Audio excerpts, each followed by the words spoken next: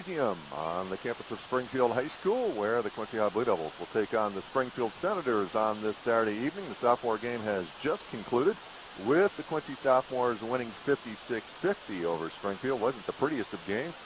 Quincy was kind of hamstrung as Aaron Shute played 2 quarters plus, but then went to the locker room to get ready for the varsity game, and then Cameron Wagner fouled out for the Quincy Sophs. So that left them kind of shy of ball handlers, and it showed up there in the fourth quarter as Springfield rallied and made it a close game, but the Quincy sophomores made just enough free throws down the stretch.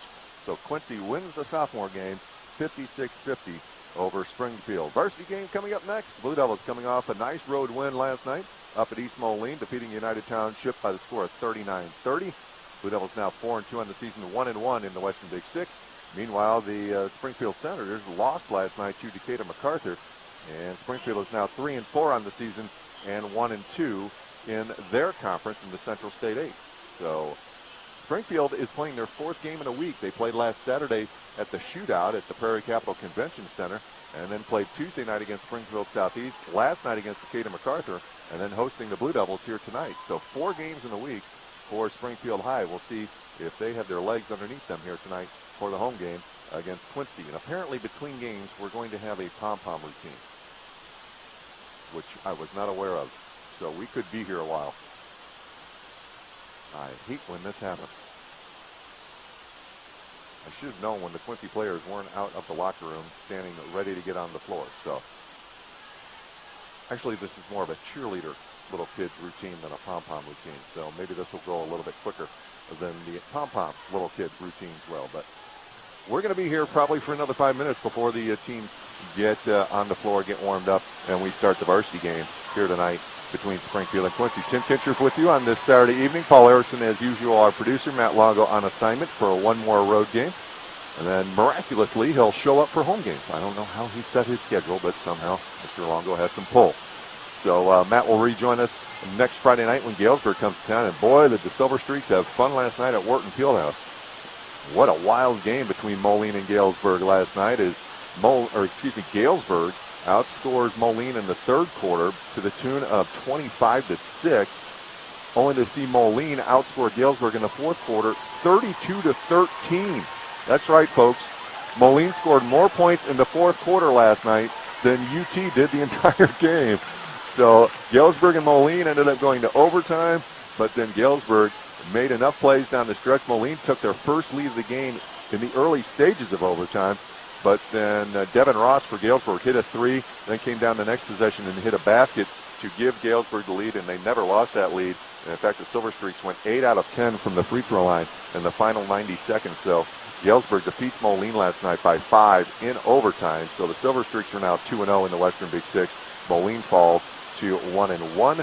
The other Western Big Six conference game last night was more ceremonial than anything else, and literally and figuratively, folks, as Rock Island defeated Rock Island Alleman 81-48. But it was gray out night at Rock Island as a Rock Island soccer coach succumbed to brain cancer the week before, dying a week ago Sunday. And they honored him by wearing gray. Apparently gray is the color for brain cancer. So they had gray out, and the players were inspired to go out and give their best performance for the soccer coach, who also was a manager for the basketball team. So a lot of strong feelings for the Rock Island basketball players last night as they took on Alleman, and of course the Alleman community supporting Rock Island soccer coach as well. Everybody in the Western Big Six, according to Matt Longo, had support for this soccer coach. He was only 40 when he passed away from the brain cancer. So it was a situation where everyone knew that Rock Island was going to beat Alleman, but they scheduled the gray out night, and everybody really had, it was one of those games where, like I say, everybody knew the outcome, but it was still a special night all the way around. I believe, if I remember, I had all this written down, folks, and I left that sheet of paper at home, as you always want to do. I believe 6 Rock Island players combined for 10 three-pointers in the game for the Rocks. Their leading scorer only had like 13 points. Off the top of my head, I want to say that 3 Rock Island players were in double figures, but it may have been more than that. But again, it didn't really matter. Rock Island cruised to the victory over Rock Island Alleman by the score of 81-48. So as it stands now, Galesburg 2-0, Rock Island 2-0, Quincy 1-1 in the Western Big Six, Moline 1-1 in the Western Big Six, UT is 0-2, and Alleman is 0-2 through 2 weeks of the season. Galesburg comes to Blue Devil Gym next Friday night, and that should be a very entertaining ball game, to say the least. And then Monmouth Roseville comes to Blue Devil Gym next Saturday for the final game before the Collinsville Holiday Tournament. And again, as we mentioned last night, the Collinsville Tournament pairings meeting is tomorrow, and they release the pairings on Monday afternoon. So we'll find out on Monday who the Blue Devils will play in the first round of the Schnucks Collinsville Holiday Classic. And again, that tournament is Saturday, Monday, Tuesday this year. It begins on Saturday the 27th. They take the Sunday off and then get back to action Monday and Tuesday down in Collinsville. So next Friday night we'll have that, and we also should have where the regional will be played this year for the Blue Devils, and everyone imagines it's going to be the same 4 teams of Granite City, Alton, Quincy, and Edwardsville. Edwardsville were winners last night in the Southwestern Conference. Collinsville fell to defeat last night to Belleville West. I believe Edwardsville defeated Belleville East last night. No, I'm sorry, Collinsville lost to O'Fallon last night down in the Metro East area. So some interesting ball games last night around the state of Illinois, and we'll see if the Blue Devils can come back tonight and make it a double win weekend with both games on the road. But they're going to have their work cut out for them, taking on the Springfield Senators, who feature 6'8" senior Obadiah Church. His mom went to Quincy High School, and a couple of very quick guards. And Lincoln Elby not here tonight because his sister Olivia got married this afternoon. Congratulations to the Elby family. And if you're watching at the wedding reception, hello to the Elby family, and congratulations to Olivia and her new husband. We're still wasting time, as you can tell, because there's the little children cheerleading camp routines going on. We've had 3 or 4 already, and I guess we're going to have at least 1 more, if not 2. It looks like we're going to have 2 more, and they have 20 minutes on the clock. So where is Matt Longo when I need him is basically what this comes down to. So it should be an interesting night, kind of an ugly night last night up in UT. It's not often that you go to a high school basketball game and see 83 shots attempted and only 22 made. That's right, folks. If you didn't see the box score in the newspaper today, UT went 11 of 50 from the floor last night, and you don't have to be a math major to just multiply those numbers times 2, and you get 22% from the field for UT last night, and they went 5 of 25 from three-point land. So there was a masonry convention last night at the Panther Den. Blue Devils were a little bit better. They shot 33% from both the two-point land, well, overall for the game, and also from three-point land. Quincy 11 of 33 from the field. And how about this little factoid, ladies and gentlemen? Quincy, in their last 2 games, Oswego and UT, have 13 made threes and 13 made twos. So as I joked to Andy Douglas at halftime of the sophomore game, it's like having a balanced rushing and passing attack in football. 13 threes and 13 twos in your last 2 games. And Quincy has split both those games. So we'll see what happens here tonight against a very talented Springfield squad, but kind of surprising. Senators are 3-4 on the season. As I mentioned, Obadiah Church, a good player in the middle at 6'8". Tavon Kincaid had a big night last night for Springfield in their game against Decatur MacArthur. In fact, he was the only Senator in double figures. Isaac Nelson has had a very good season so far. His older brother Isaiah was a pest for the Blue Devils in the years gone by. So they have some talent, they have some quickness, and it's going to be interesting to see how some of the Blue Devil players react tonight, because Mike Dade is going to be in the starting lineup replacing Lincoln Elby, which means the Gay twins will probably be asked to handle the ball a little bit more than they usually do, and Aaron Shute may get some more playing time tonight, the freshman who made his first varsity appearance last night up at UT. We'll see if Mr. Shute gets in the varsity game tonight and how he handles himself against some pretty good quickness from Springfield. But as Coach Douglas mentions, I think he mentions it on tape. If not, he mentioned it to me off the air, that this is where games against Rock Island and U City and Urbana, this is where it pays off. And as it pays off as the season goes along, the more quickness you see, the quote-unquote more used to it you get. So we'll see if that is the case tonight for the Blue Devils, and they can handle the quickness of guards like Tavon Kincaid and Isaac Nelson, because they are a handful.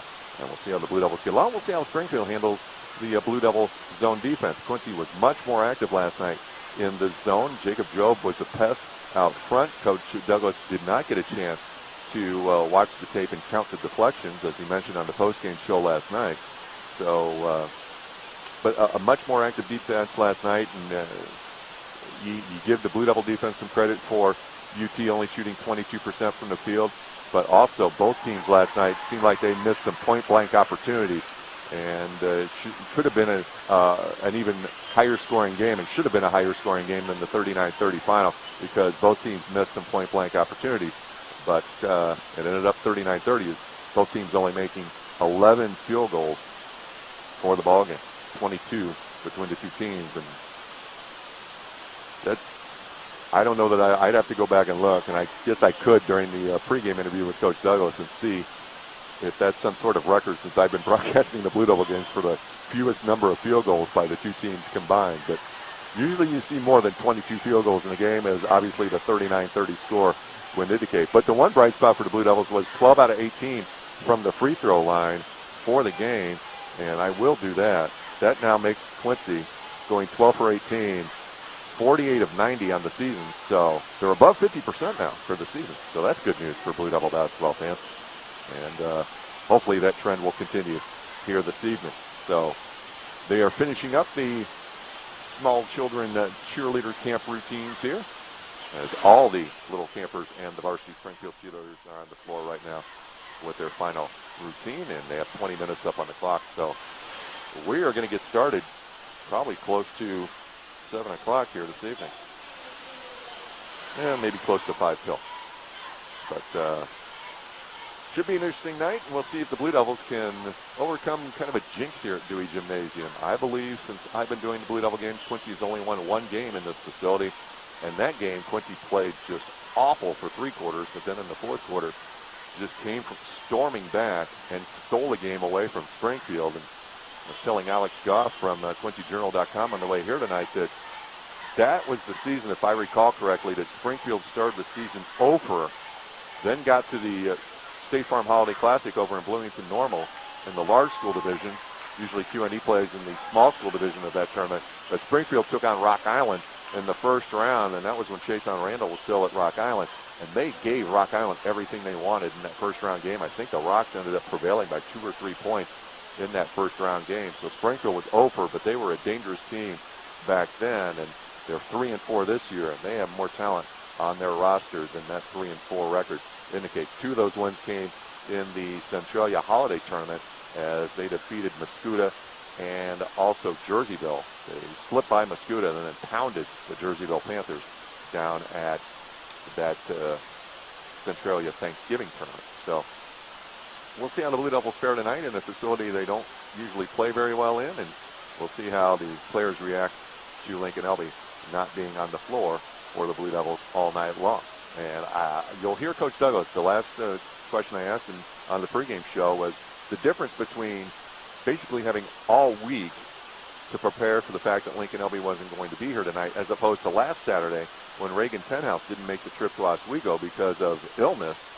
And Coach Douglas didn't know that until before dawn last Saturday morning. So a little bit different to at least be prepared and give kids a chance to work on things in practice, rather than all of a sudden trying to decide the day of the game on a 4.5-hour bus ride who may actually pick up the minutes that Reagan Tenhouse wasn't going to be able to play because of that illness. Well, both teams are now on the court, and we are getting set for action here in the state capitol as Quincy gets set to take on Springfield. And we hope the Blue Devils can post another victory, and it would certainly help. But usually we talk about this heading into the Collinsville tournament, but it would certainly help for the Blue Devils to go into that seedings meeting tomorrow and be 5-2 as opposed to 4-3. I don't think Quincy's going to get a very high seed down in Collinsville anyway, but as I joke around with Coach Douglas all the time, we said Thanksgiving tournament, 3-0 looks better than 2-1. We said last night in the pregame show before UT, 1-1 in the conference looked a lot better than 0-2. Well, 5-2 on your overall season record going into a seedings meeting looks a lot better than 4-3. So let's see if the Blue Devils can come away with a victory here tonight and kind of improve their stock and maybe get into that middle ground of the Collinsville tournament seedings. Maybe if you want to make the analogy to the NCAA tournament, maybe get into that 8-9 game or the 7-10 game rather than maybe a 2 versus 15 or a 3 versus 14 type situation, because that tournament down in Collinsville is a pretty good tournament anymore. It kind of suffered there for a couple years, but Decatur MacArthur, who defeated Springfield last night, is a pretty good ball club, and Collinsville is a pretty solid ball club. They're 3-5 now on the season, but they're not going to get hammered at their own seedings meeting. So Collinsville's got some height and they got some decent talent, and it's a good tournament year in and year out. So the Blue Devils need to go in that seedings meeting with as good a record as possible to kind of open the eyes of the folks who make those decisions down at the Schnucks Collinsville Holiday Classic. We'll step aside. You're sick of me filling time. And we'll take a 2-minute break. The pregame show is brought to you by Zender Robinson Stormer Cooks and Funeral Home in Quincy and Payson. When we come back, we'll get the thoughts of head coach Andy Douglas as the Blue Devils get set to take on the Springfield Senators in the state capitol. This is Blue Devil Basketball on 103.9 The Fox and QuincyJournal.com. When Amy's brother passed away, her family went to Hanson Spear Funeral Home. It's not about, the death of the family member. It's about celebrating a life. They're very family-oriented as well. They're, traditional, and they want to make you feel like, you're almost, part of the family, and that's what we really liked. If I had to sum up Hanson Spear in a word, it would be compassionate and loyal. It would be like family. Around here, people matter, and relationships are built on trust. That's the way it is at Town & Country Bank. Real people who like things simple, honest, and done right. And our roots are right here, so we're truly local. If you already do business with us, then you know how good banking can be. And if you're not, well, maybe you should. Town & Country Bank. You'll like how we do business. Part of the HNB Bank family.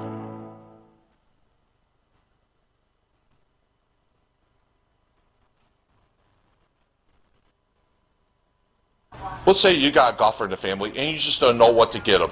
He's got bags, he's got shoes, he's got new clubs he just bought 2 weeks ago. He's just went in there, just bought a pull card yesterday. But I know he likes golf, and I just don't know what to get. So here, I got a perfect solution for you. It's called a gift certificate. We can make the gift certificate any denomination that you want, and it's always good here at R&R Golf. Your State Farm agent, Charles Schultz, can help get you to a better state. From cost to coverage, Charles can develop a plan just for you. This is Charles Schultz. Call me at 224-6665 or drop by my office next to County Market at 48th and Broadway, and together we'll review your insurance needs.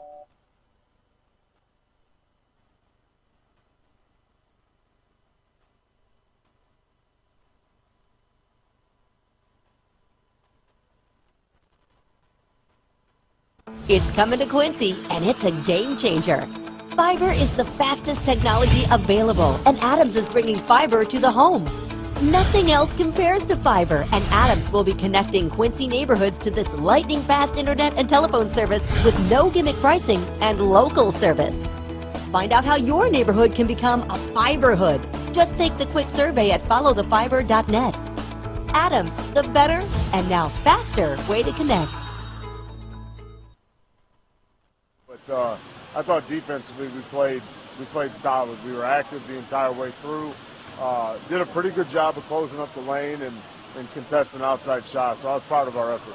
It's rare, to say the least, that you shoot 33% from the field and outshoot your opponent by 10 percentage points. How about that? That's a little odd to say. You're right.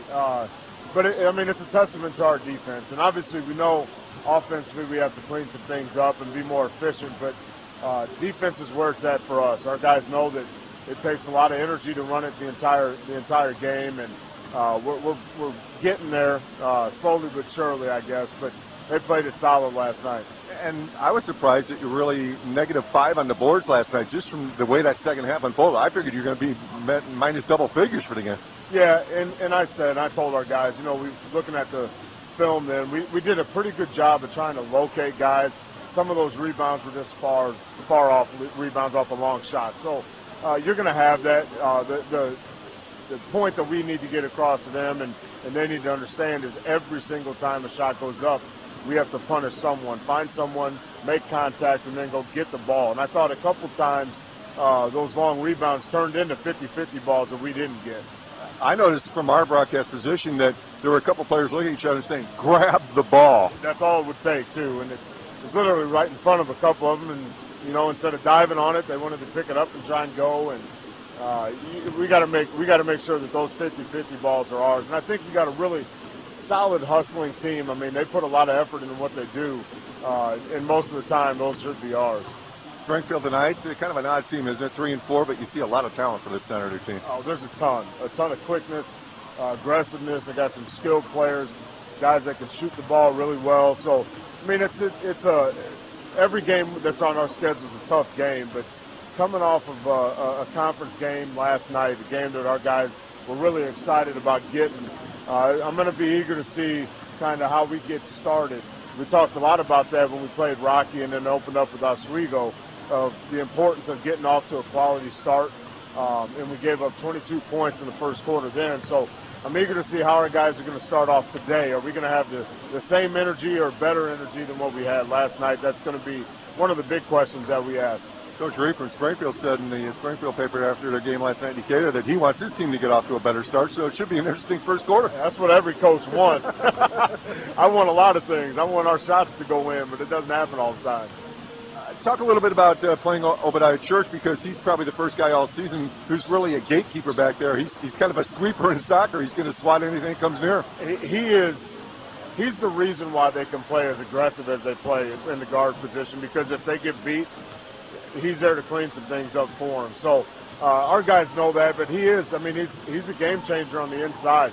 It's going to be tough for our guys to get position, number one, but then to be able to shoot over a guy with his length and athleticism is going to be tough to say the least. So our guys have to continue to work, and it's going to be one of those battles that we told them, you got to, whether you get it or you score or not, you have to be a physical presence on the inside. And the good thing about it is most big guys don't want to be physical when he's his size, and we need to be physical with them all night long. Last question. We talked last night, Lincoln Elby not here because of his sister's wedding. Last week you were without Reagan Tenhouse, I should say, because of illness. At least you had all week because you knew this was going to happen.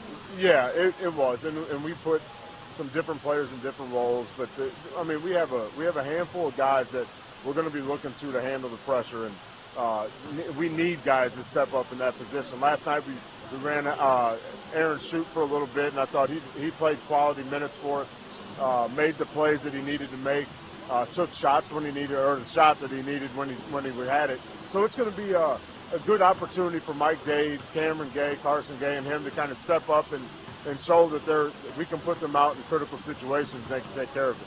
As they talk in football, it's time for somebody to step up, and guys have an opportunity. This is something that I think is really going to, while we miss Lincoln for sure, it's going to be one of those, I hope, pivotal moments for our guards, being able to step in and play key roles at a key position for us. So we're looking forward to it tonight. Go get them. Thanks a lot. That's Andy Douglas as the Blue Devils get set to take on Springfield. More in just a few moments here on 103.9 The Fox.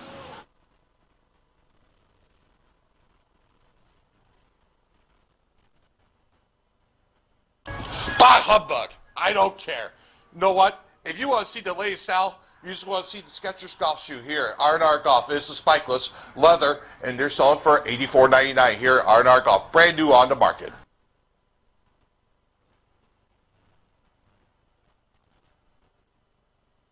Federated Insurance is a lot like the family businesses we help protect. For 105 years and counting, Federated has shared the common values that have served our clients well. Federated Insurance, it's our business to protect yours.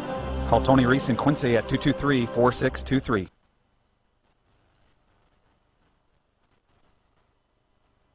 When Amy's brother passed away, her family went to Hanson Spear Funeral Home. It's not about, the death of the family member. It's about celebrating a life. They're very family oriented as well. They're, traditional, and they want to make you feel like, you're almost, part of the family. And that's what we really liked.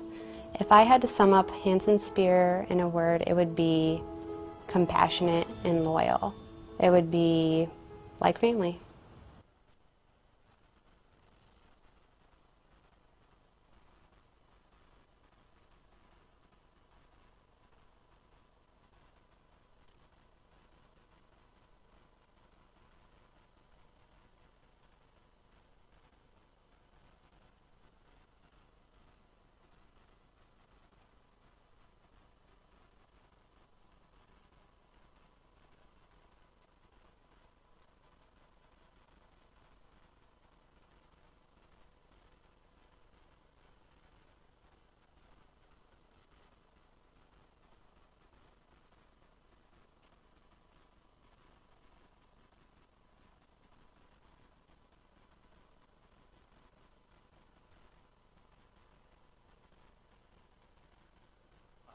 Welcome back to Dewey Gymnasium at Springfield High School. Tim Kinchert with you on this Saturday evening as Quincy gets set to take on Springfield High. The Senators 3-4 on the season, 1-2 in the Central State 8.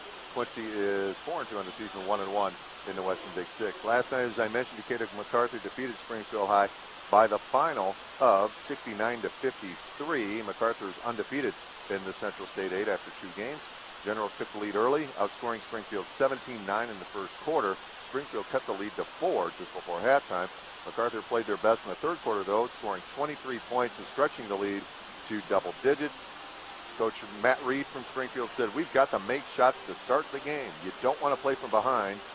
And last night, Springfield did just that. So you're going to be looking tonight at 2 teams, or listening to anyway, 2 teams that want to get off to a quick start. So we'll see if both teams rush themselves a little bit or stay within themselves to try and get a good first quarter. Tavon Kincaid was the Senators' top scorer last night, 17 points. He had 2 3-pointers, 1 free throw, and 5 other field goals. No other Senator scored more than 8 points, which is kind of surprising with Obadiah Church, the 6'8 senior, on the floor, that he couldn't get more than 8 points in a game, although Decatur MacArthur is a very talented team. So MacArthur defeats Springfield High last night, 69-53. On Tuesday night, it was Southeast High School and Springfield taking each other on over at Springfield Southeast, and the Spartans defeated the Senators 53-45. Southeast was 2-3 at that point. They scored the final 7 points of the game after the Senators had cut the lead to 46-45 with just under 2 minutes to play in the game. Obadiah Church that night had 4 dunks, it's pointed out in the newspaper article, had 19 points and 12 boards. Isaac Nelson had 15 for the Senators. And I think that's more of what Coach Matt Reed is expecting out of those 2 players each and every night. A double-double for Obadiah Church, and Isaac Nelson being the lead guard, if you will, for Springfield High. So we'll see if that trend happens tonight or whether they struggle like they did last night against Decatur MacArthur. I told you about the 2 wins that Springfield had down in Centralia Thanksgiving weekend. Well, their other win, talking about Springfield, was at the Capital City Showcase at Prairie Capital Convention Center a week ago tonight when Springfield defeated Chatham-Glenwood by a score of 44-40. Isaac Nelson was the hero of the game. He finished with 16 points, but he hit a 3 with just under 6 minutes to play to pull Springfield within 1 after Springfield trailed Chatham-Glenwood in that game 38-25. Nelson finished with 16 points, 5 of 9 shooting, including 4 for 6 from behind the 3-point line. He also had 3 blocks, 2 steals, and 2 rebounds. So you see the quality of player Isaac Nelson can be for this Springfield ball club, and we'll see if he brings his A game tonight against Quincy or if he struggles like he did last night, as it was Tavon Kincaid leading the way for the Senators last night. See who else did something for Springfield last night, last Saturday night. Springfield shot 55% in the second half, 11 for 20. Glenwood couldn't break 40% in either half, and they finished the game 15-41, which computes to just more than 36.5%. So that's kind of the game I think Springfield would like to see game in, game out, is the way they played against Chatham a week ago, and less like their 2 games this week, Tuesday night against Springfield Southeast and last night against Decatur MacArthur. So, well, it's kind of one of those deals, ladies and gentlemen, where you wonder which Springfield team will show up, and I guess we're going to wonder and see which Quincy team shows up here tonight, especially without the services of Lincoln Elby, who is back in Quincy as his sister got married today. So congratulations to the entire Elby family for that. Some numbers for the Blue Devils on the season. If you were with us last night in the pregame show, we talked about how Quincy's field goal defense was 49%, which is not very good. Well, since UT went 11 for 50 last night, that percentage dropped from 49% to 43.5%, and that's closer to what you would like to see from your defense against the other team's offense.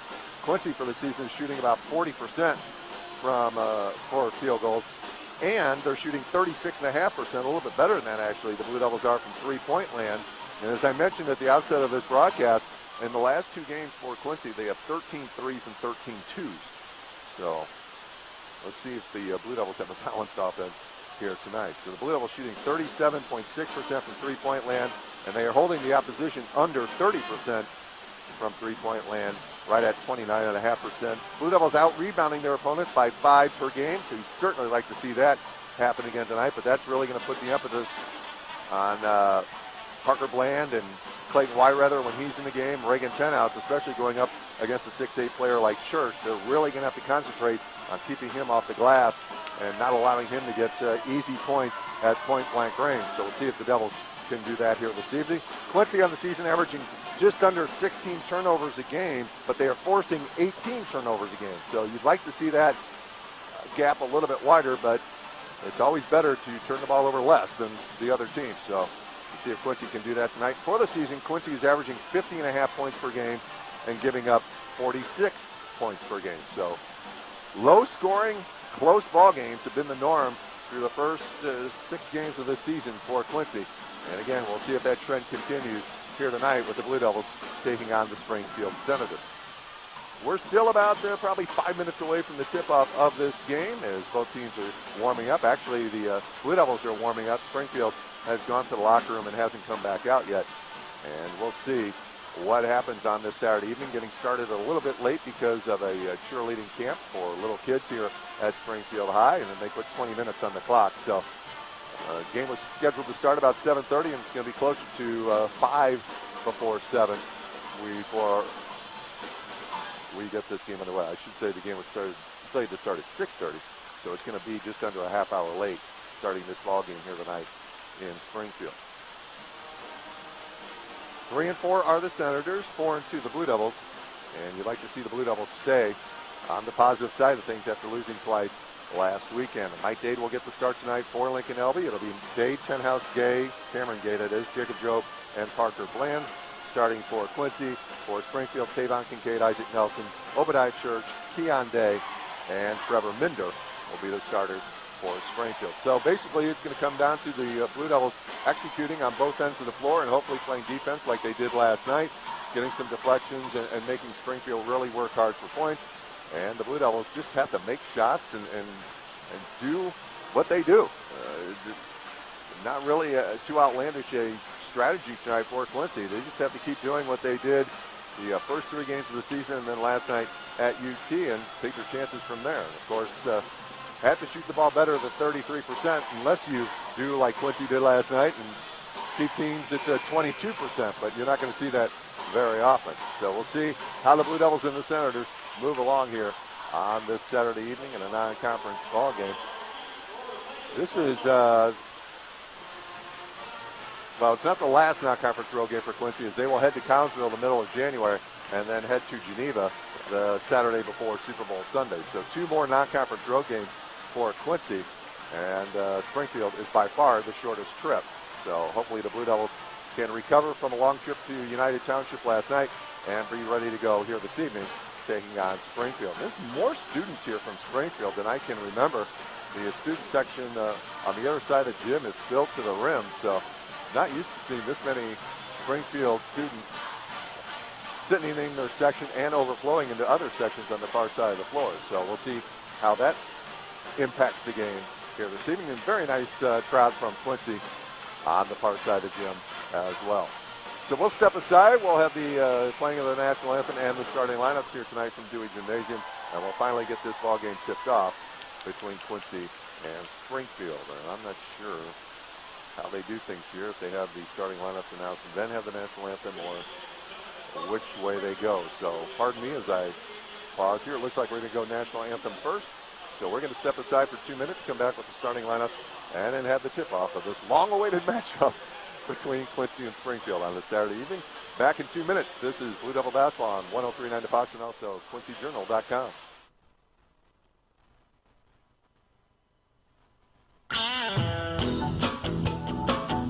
When Andy Douglas became the head coach of the Quincy High Blue Devils, he wanted a fresh start and a new look, starting with the locker room.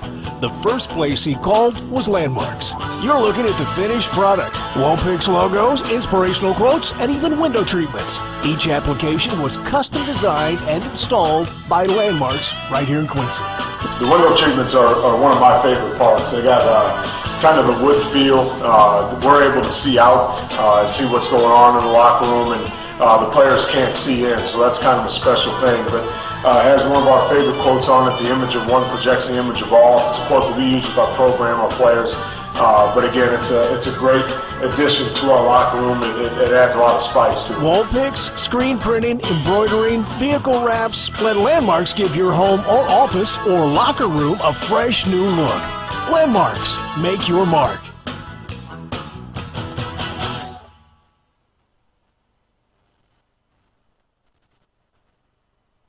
When Amy's brother passed away, her family went to Hanson Spear Funeral Home. It's not about, the death of the family member. It's about celebrating a life. They're very family oriented as well. They're, traditional, and they want to make you feel like, you're almost, part of the family. And that's what we really liked. If I had to sum up Hanson Spear in a word, it would be compassionate and loyal. It would be like family.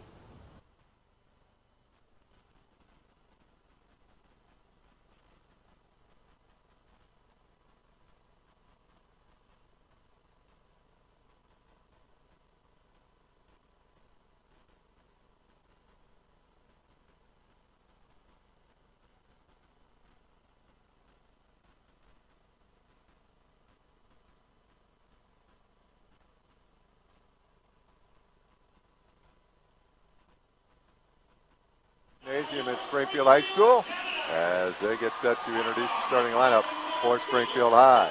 Quincy 4-2 on the season. We'll start Mark Dade, a 5'9 junior, averaging just under 6 points and just under 3 rebounds per ballgame. Reagan Tenhouse, 6'2 senior, averaging just under 10 points and just under 7 rebounds per ballgame. Cameron Gay, 5'9 junior, averaging just under 6 points and just under 2 rebounds per ballgame. Jacob Job, 6'3 junior, averaging just under 9 points and just under 3 rebounds per ballgame. And Parker Bland, averaging 5 points and just under 8 rebounds per ball game. Dade, Tenhouse, Gay, Job, and Bland, the 5 starters for Quincy here this evening. Meanwhile, for Springfield, Tavon Kincaid, 5'7 senior, will get the start tonight. Isaac Nelson, the 5'9 junior, will start for the Senators. Keon Day, 6'1 junior. Trevor Minder, a 6'1 sophomore, and then Obadiah Church, 6'8 senior, will man the post for Springfield High School. So it's Kincaid, Nelson, Church, Day, and Minder. 5'7", 5'9", 6'8", 6'1", and 6'1". Quincy going 5'9", 6'2", 5'9", 6'3", and 6'4". Blue Devils wander out onto the court. And now the Springfield Senators break their huddle as well. Not a whole lot of bulk on either side as they walk out to midcourt. Lean, mean youngsters on the floor for both ball clubs. Bland will jump it up against Obadiah Church. Bland and Church laughing, and Bland wins the tip. Church didn't even contest it. Dade will cross the timeline and take it towards left wing. Springfield in a man-to-man defense. Dade goes high post to Parker Bland. Bland goes underneath Tenhouse. Tenhouse will go baseline. Rice strong, put it up with jump hook, no good. Tip by Bland will roll off, no good. Bland gets his own rebound, puts it up short. Church has to rebound for Springfield. Church gets it to Trevor Minder. Minder has it near sideline, further on the sideline. They work it out front now to Keon Day. With it is Kincaid. He goes back to Day, right wing to Nelson. Back to Day, left wing now to Kincaid. Now they float a pass to Nelson. He can't get the alley-oop, but he recovers the ball along the baseline. Now they work it to Minder, top of the key. Now they work it right wing to Keon Day. Day back left side of the floor to Kincaid. 22-footer on the way. Kincaid is too strong. Rebound. Nice box out by Cameron Gay. He gets the ball outletted to Mike Dade. No score here in this ballgame. Nice pass by Dade to Tenhouse. Goes up, and a foul called underneath. And I think they called Church for the foul underneath and not the swat of the shot. They do. They call Obadiah Church for the foul. His first, team's first, and Reagan Tenhouse will shoot 2 shots. But a great look by Mike Dade off the dribble with a 40-foot bounce pass that found Tenhouse, and Tenhouse got fouled by Church. Free throw for Reagan Tenhouse is short. Tenhouse now 15 of 23 on the season. Second free throw from Reagan Tenhouse. In the air, and it rims out. So 0 for 2. Reagan Tenhouse, still no score in the game. Keon Day races in the front court, goes left wing to Isaac Nelson. Nelson gets it to Day, right wing now to Kincaid. Back to Day, left side of the offense. Further on the wing, it's Nelson. Nelson double team, beats it with a pass to Day. Bounce pass right wing to Kincaid. Over the top, they find Day between the circles. Right wing to Kincaid, free throw line extended. Kincaid back to Day. Day floats a pass, almost out of bounds. Almost saved, it's loose, and it's out of bounds off of Springfield. Quincy ball, no score. We played a minute and 10 seconds. Minute and 20 seconds, actually. First turnover of the game on Springfield. Full court pressure from the Senators. Stenhouse looking for an inbound receiver. Gets it to Dade. Dade dragged his foot, but no call. Dade working on Kincaid. Goes behind his back. Dade has it. Goes underneath. Pass deflected off the glass. Recovered by Springfield. Nelson has it. Nelson takes off in transition. Middle of the floor. To Dade, right wing. Back to Nelson. Top of the key. Ball fake. Drive. Whiffed on the pass, and Dade comes away with a steal.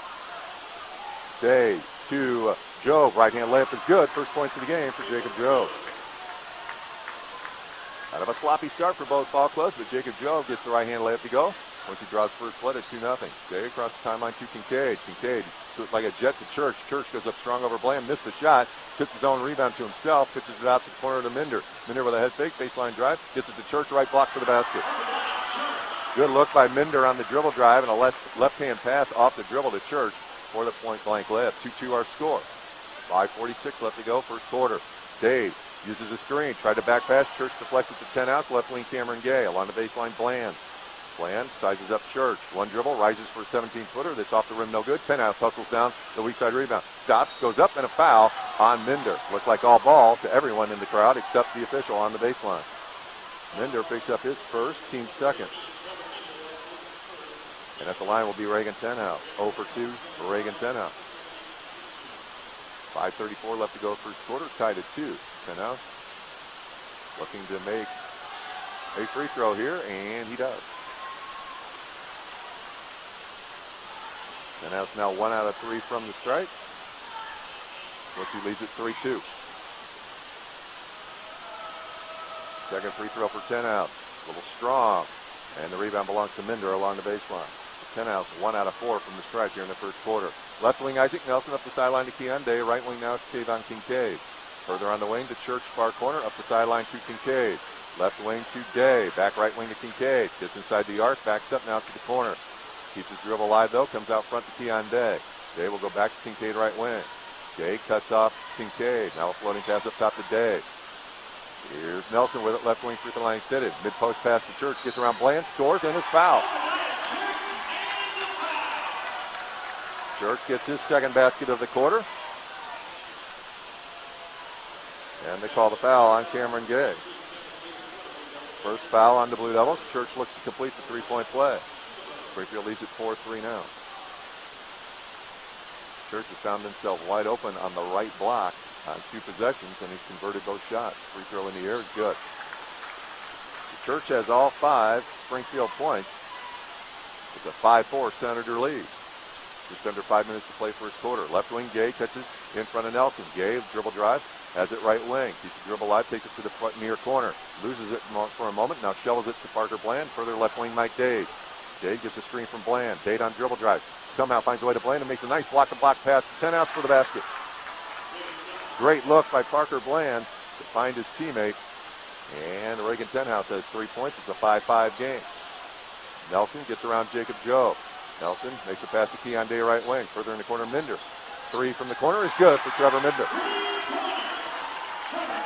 Minder has a 3. It's 8-5 Springfield. Jobe tries to answer with a deep 3, and he does. Right in front of the Springfield coach, Matt Reed. Jacob Jobe basically standing shoulder to shoulder with him. Drained a 3. It's tied at 8. Nelson has it near midcourt.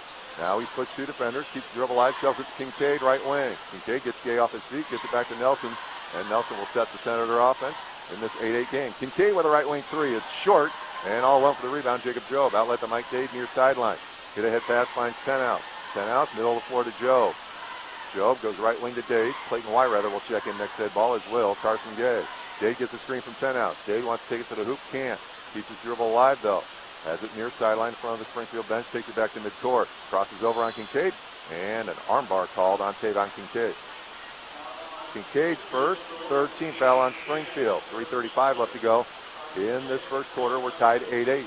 Bland checks out, and Cameron Gay checks out, as I mentioned. Carson Gay and Clayton Wyrather in for Quincy. Dade takes the pass from Jobe in backcourt, and will bring it across the timeline under pressure from Tavon Kincaid. Springfield's first sub will be Blaine Keene. Here's Day with it right wing. Thought Carson Gay was going to cut to the basket, and Gay cut off that cut, if you will. Now Dade has it out front and resets the half-court offense. 8-8 our score. High post screen from 10 out. Dade still has it and traveled with it.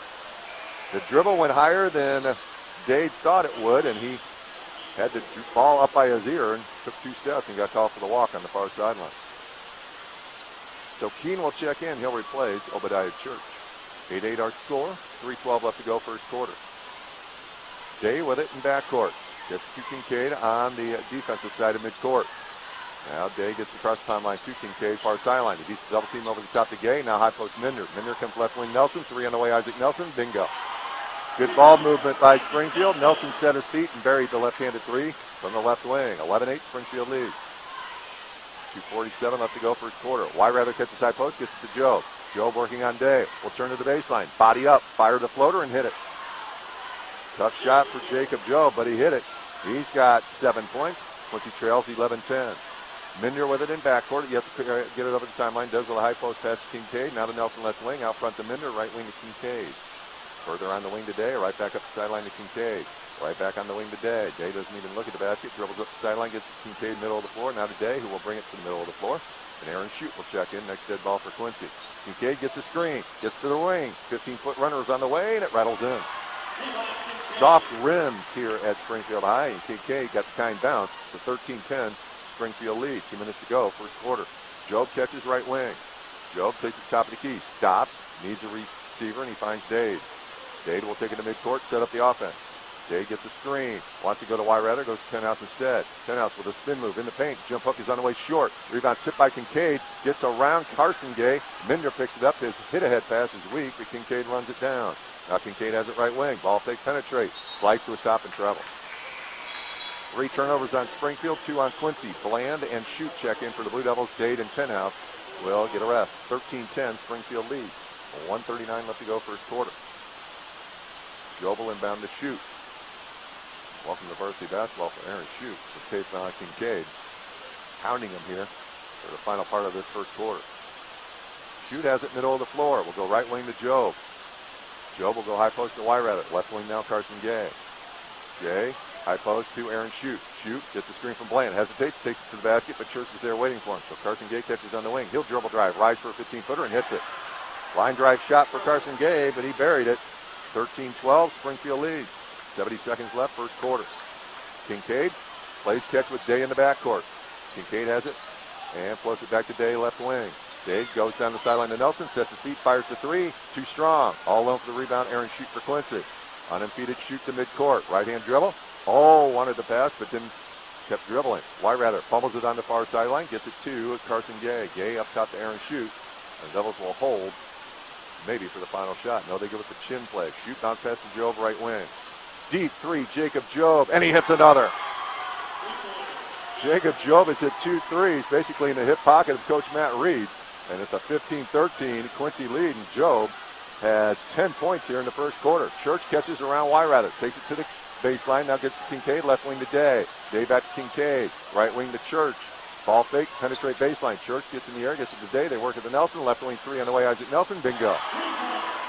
Isaac Nelson with 2 left wing threes. It's a 16-15 Springfield lead with 10 seconds left first quarter. Shute crosses the timeline, middle of the floor. Gets a screen from Bland. Shute all the way to the hoop. His fadeaway jumper is up and in. Nice presence by Aaron Shute. He gives Quincy a 17-16 end of first quarter lead. 17-16 Blue Devils after 1 quarter. Back up the second quarter in 1 minute. Blue Devil basketball. 103.9 to Fox and QuincyJournal.com.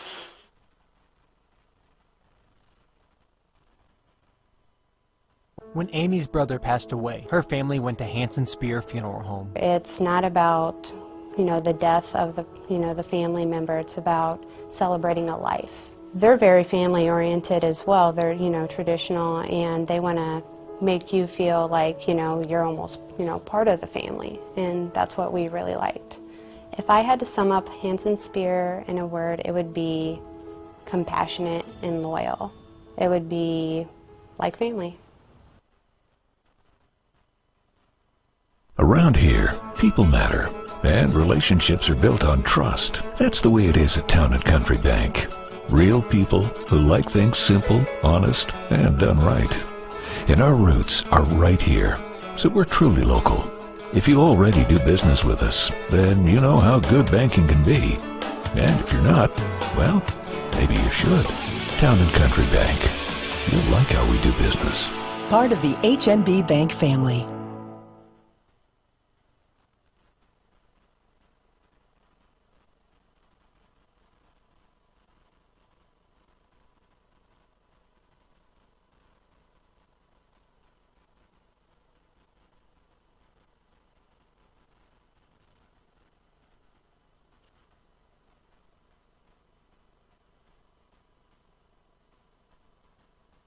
Welcome back to Springfield High School, Dewey Gymnasium. Quincy leading 17-16. Obadiah Church on the first possession of the second quarter takes a jump shot, no good. Carson Gay has the weak side rebound for Quincy. Carson Gay across the timeline. Will take it all the way to the basket. Try and get around Church with a reverse layup. It's no good.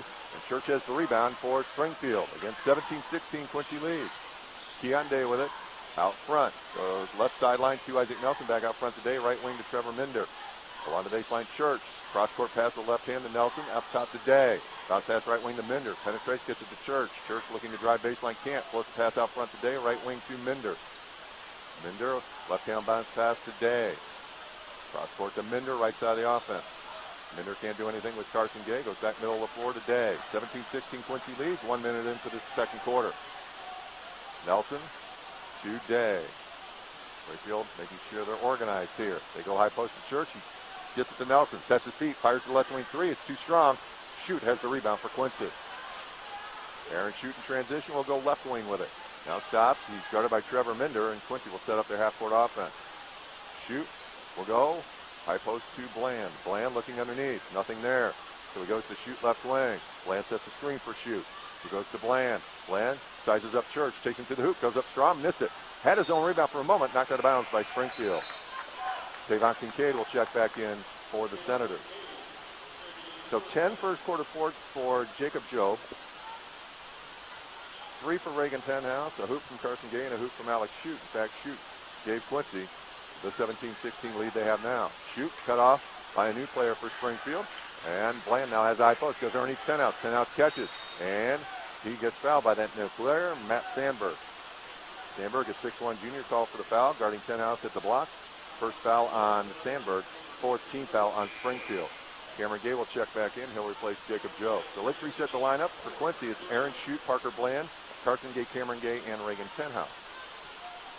Tavon Kincaid, Obadiah Church, Isaac Nelson, Sandberg, and Minder. The 5 Senators on the floor. Here's Gay. Gets around his defender. Fires an 18-footer. That's short. Rebound tipped and controlled by Minder for Springfield. He gets the outlet pass to Sandberg. Right back to Trevor Minder. Minder across the timeline. Goes right back to Sandberg. Sandberg has his pass deflected, but it still finds Minder at midcourt. Right wing now, Tavon Kincaid. Back to Minder. Left wing now, Nelson. Nelson gets it to Minder. Minder can't penetrate. His pass deflected out of bounds by Carson Gay off the official. 5:49 left to go, second quarter. It's 17-16, Quincy leading. No baskets here in the second quarter. Matt Sandberg will inbound to Minder, and Trevor Minder will across the timeline with a left-hand dribble. Cross-court to Tavon Kincaid, the right side of the offense. Now left side to Minder. Minder tries to get around Shoot. Does so. Now takes it to the baseline, cut off by Bland. Now up top, Kincaid has it. He shovels it underneath the Church, who misses the shot but got fouled by either Tenhouse or Bland. And Bland helps out Obadiah Church. Parker Bland called for the foul, his first, team second. And Church will be right back at the line. He's 1 for 1 on the night. They'll try and get Springfield the lead with 5:32 left to go first half. Free throw in the air, rattles out.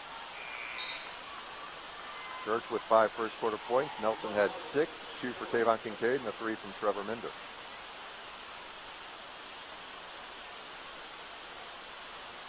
Second free throw for Church. On the way. And that's too strong, and Bland hustles down the baseline rebound. So still 17-16, Quincy lead. Jacob Jobe will check in next dead ball for Quincy. Aaron Shoot with the Gate twins, Parker Bland and Reagan Tenhouse, as Quincy sets up their half-court offense. Shoot wants to go right wing, but kept the dribble alive. Now he needs help. Goes middle of the floor to Reagan Tenhouse. Left wing now, Cameron Gay. Gay gets a screen from Bland. Gay shovels it to Tenhouse. Tenhouse on the dribble drive, goes back past to Gay. Gay will rise from 17 feet, and he hits another. 2 for 3, Carson Gay. 4 points in the game. Quincy leads at 19-16. Backcourt Minder, cross-court Kincaid, backcourt Minder. Minder crosses the timeline, takes it to the wing, and Aaron Shute reaches in and fouls him. Shoots first, team's third. Quincy leads 19-16. Job in, Carson Gay out. Matt Sandberg will inbound right in front of Coach Tom Lepper. Floats it into the backcourt to Minder. Minder, right wing now to Kincaid. Further on the wing, Obadiah Church. Underneath, Sandberg catches, shuffles his feet, misses the point-blank shot. Rebound tipped and controlled by Cameron Gay for Quincy.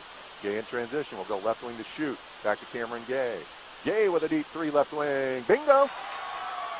Cameron Gay's first two for the game, and Quincy has a 6-point lead at 22-16. 4.5 minutes to go in the first half. Minder, bounce pass to Kincaid. Kincaid across the timeline, left-hand dribble. Further down the sideline to Sandberg. Skip pass out front to Minder, right wing. Head and shoulder fake, 3-0. To Church, back to Minder. Middle of the floor now Kincaid. Kincaid, left wing to a new player for Springfield. That's number 10, Javon Waters. Sandberg catches, goes out front to Kincaid. 22-footer top of the key. Rattles out. And 10 outside the defensive board for Quincy. He finds Aaron Shute. Coach Douglas slows Aaron Shute down. Quincy leads 22-16, under 4 minutes to play, second quarter. Shute crosses over, gets a screen from Tenhouse. Takes it left wing. Shute wanted to shovel it to Cameron Gay, couldn't. Now Gay helps out, takes it far sideline, brings it middle of the floor. Cameron Gay right-hand dribble, guarded by Minder. Gets a high post screen, stumbles and loses the ball, and Minder has it in transition. 3-on-1 for the Senators. It's a lob play off the backboard, and Church missed the dunk. They tried to get fancy down 6, and Springfield misses the dunk. Shute goes right wing to Job. 3 from Jacob Job. Bingo! 3 threes from the right wing for Jacob Job. 13 points in the game. Quincy leads at 25-16. Timeout. Springfield a full timeout. Blue Devils lead at 25-16. 3:27 left to go first half. Back in 1 minute on 103.9 The Fox and QuincyJournal.com.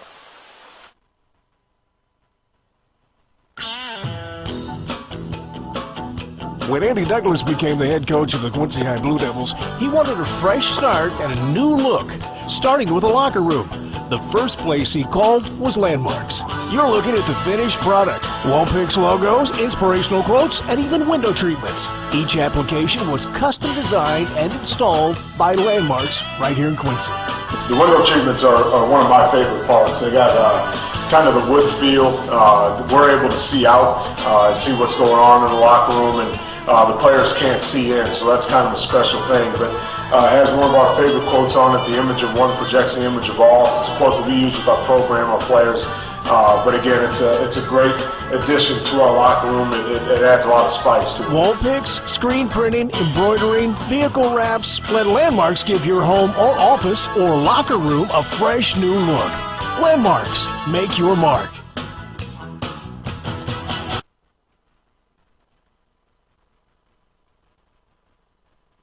Welcome back to Dewey Gymnasium in Springfield, Illinois. Quincy leading Springfield 25-16. It's an 8-0 quarter for Quincy, and now Jacob Job deflects the inbounds pass back out of bounds. Springfield's brought in another new player. It's Mason Fitch, a 5'11 sophomore. So it's Fitch, Day, Kincaid, Waters, and Church on the floor for Springfield. Kincaid beats the pressure, takes it all the way to the hoop, lays it in, and got fouled. Just the overall quickness of Tavon Kincaid, the 5'7 senior. He flew down the court once he got the inbounds pass, and he gets the foul called on Parker Bland. Bland's second, team's fourth. Kincaid with the layups is Springfield's first points of the second quarter, and Kincaid makes the free throw for the three-point play. Springfield wanted to get a sub in, but they inbounded the ball too quickly. So it's 25-19, Quincy leads with 3:13 left to go first half. Day back in the ballgame, catches left wing. Joe frees himself from Keon Day. Joe backs up to the volleyball line, thought about a three, but instead goes to Dade, and the Devils will reset. It's Dade, Bland, Tenhouse, Job, and Cameron Gay. Dade takes it all the way to the hoop. Off-balance layup is short. Kincaid's fouled by Parker Bland, and that's Bland's third. So Bland is done for this first half. 15 foul on the Blue Devils.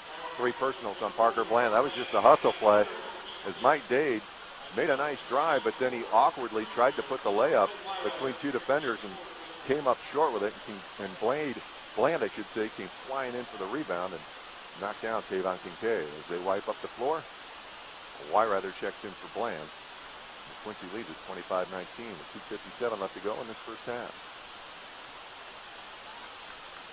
After Quincy took the 9-point lead and Springfield called the timeout, Quincy went to full court pressure and Kincaid blew right through it for the 3-point play. Quincy extends the pressure again, but Kincaid slowed down a bit. He gets it to Day and right back to Kincaid on the right side of the offense across the timeline. Now left wing to Day. Back to Kincaid right wing. Kincaid penetrates, gets cut off by Cameron Gay. Now to Day. Day, top of the key, goes right wing to Kincaid. Further on the wing, Isaac Nelson. And what do we have? A holding foul call on Jacob Job. Job's first, team 6. It was Church who was at the high post, and he was trying to go down the lane, and they said Job grabbed him. Coach Douglas didn't agree. 16 fouls now on Quincy, 4 on Springfield. So the next foul will put Springfield in the 1 and bunch. Church quickly inbounds to Isaac Nelson just inside the sideline. Up the sideline today. Bounce pass left wing to Kincaid. Diagonal pass far wing to Nelson. He goes underneath the Church. Fumbles the pass, fumbles it again. Bodies up on Wyrather, shoots the fadeaway, hits him and is fouled. Wyrather called for the foul. And Church trying for the 3-point play. Wyrather's first, team 7th. And how that wasn't a double dribble on Obadiah Church, I'm not sure. But the basket's good. Church has 7 points, and he can create a 6-point run here for Springfield with a converted free throw, which he does. 2 3-point plays in the game for Church. He has 8 points, and it's a 25-22 Quincy lead with 2:15 left to go in the quarter. Here's Tenhouse on the dribble drive. Along the baseline, Dade, high post, Wyrather. To Gay, now left wing, Jacob Job. Job shovels it down to Tenhouse. Tenhouse to mid-post, sizes up his defender, Fitch. Goes to Wyrather along the baseline. Wyrather takes it to the post, gives it to Dade. Dade on a dribble drive. Tried to go up with a floater, got his arm grabbed, no call, and Springfield comes away with the turnover. Coach Douglas didn't like that, no call. Here's Nelson, middle of the floor today. Left wing to Kincaid. Bounce pass to Nelson, near corner. Out the sideline to Kincaid. Cross-court pass to Day. Day to Kincaid. Kincaid gets the screen from Church. Splits 2 defenders. Gets it underneath the pitch. He wasn't expecting to pass, and Dade comes away with the turnover. Mike Dade in transition. Stops in the mid-post. Gets to Gay. Left wing 3, Cameron Gay. Off the rim, no good. Rebound, and Nelson tips him to himself near corner. He gets it to Day in transition. Quincy leads at 25-22 with 80 seconds left first half. Nelson, awkward bounce pass to Day near the timeline. Day will go high post to Church. Church turns, catches, goes left wing to Nelson. Nelson, middle of the floor to Day. And Coach Reed calls out a new set from the sideline. Day will go right wing to Kincaid, gets his high post screen from Church. Bounce pass to Nelson, far wing. Up the sideline to Kincaid, now left wing Day. Thought about a 3, goes back to Kincaid. Back to Day, left wing. Day gets it back to Kincaid. Kincaid wanted to go to the sideline, couldn't. Here's a pass that's off Day's fingers and over and back on Springfield. Jacob Job caused the hesitation by the receiver and the turnover as Day had to go off his hands into the backcourt, and then he had to go back and get it. And as soon as he touched it, over and back was called. 5th turnover on Springfield. Quincy has 3. Job will inbound it to Mike Dade. 25-22 Blue Devils lead. 46 seconds left to go first half. Job catches in front of Day. Gets it to Cameron Gay, left side. Now Mike Dade has it. Just to the right side of the jump circle. Quincy holding for the final shot of the quarter if they can hold on to the ball. Dade splits 2 defenders, has it left wing, and keeps his dribble alive, takes it back to near midcourt. Job trying to post up, instead sets a screen. Dade had the driving lane, but thought better of it in the waning seconds of the quarter. Now Job pushes off with the left hand, shoots the fadeaway and hits. Job got away with a brush off. And Job has 15 first half points, and Quincy leads at 27-22. 10 seconds left in the quarter. Sideline Kincaid takes it middle of the floor. Kincaid at the jump circle with 5. Gets around Job, goes right wing to Day. He sets his feet, fires to 3, and it's off the rim, no good. Job has it, throws it down court, and that'll do it for the first half. Quincy leads it at the half, 27-22 over Springfield. Back in 2.5 minutes with Double Basketball on 103.9 The Fox and QuincyJournal.com. Bah humbug. I don't care. You know what? If you want to see the latest style, you just want to see the Skechers golf shoe here at R&R Golf. This is spikeless, leather, and they're selling for $84.99 here at R&R Golf. Brand new on the market.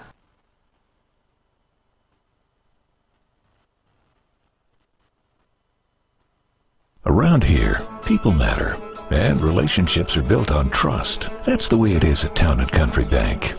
Real people who like things simple, honest, and done right.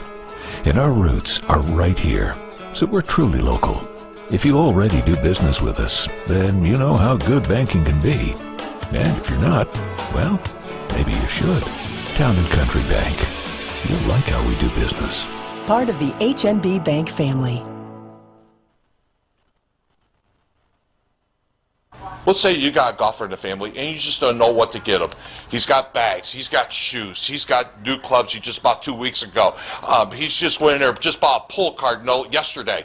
But you're like, I know he likes golf and I just don't know what to get. So here, I got a perfect solution for you. It's called a gift certificate. We can make the gift certificate any denomination that you want, and it's always good here at R&R Golf.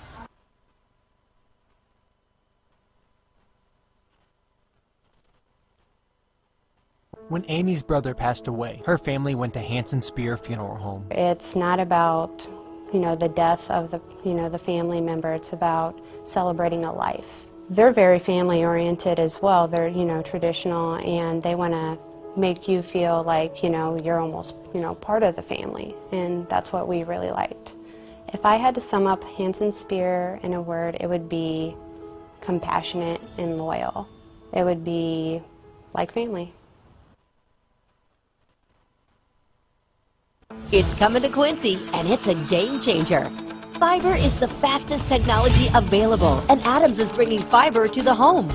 Nothing else compares to fiber, and Adams will be connecting Quincy neighborhoods to this lightning-fast internet and telephone service with no gimmick pricing and local service.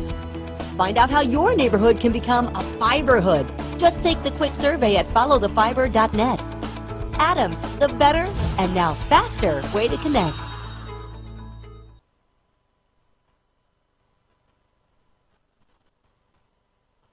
When Scott and I purchased these two rocking chairs, our intention was to rock together on our porch in our old age. But when Scott was diagnosed with cancer, our lives drastically changed. When discussing Scott's final wishes, we decided the best choice was Hanson Spear Funeral Home. We liked the home-like setting, and we knew we could trust the Spear family to honor our wishes with a personalized video and the Bible Scott used daily. Hanson Spear even arranged a special time for our granddaughters who were having a difficult time. They took care of everything. In the final 30 seconds of that first quarter, actually the final 10 seconds of that first quarter, and Job with 15 first half points leading the way for Quincy as the Blue Devils lead Springfield 27-22. 15 for Job, 3 points from Reagan Tenhouse, a 3 from Cameron Gay, 4 points for Carson Gay, and 2 points for Aaron Shute. Shute had the final basket of the first quarter to give Quincy that 1 point end of first quarter lead. So pretty good effort from the Blue Devils all the way around. Parker Bland did pick up 3 fouls in that first half.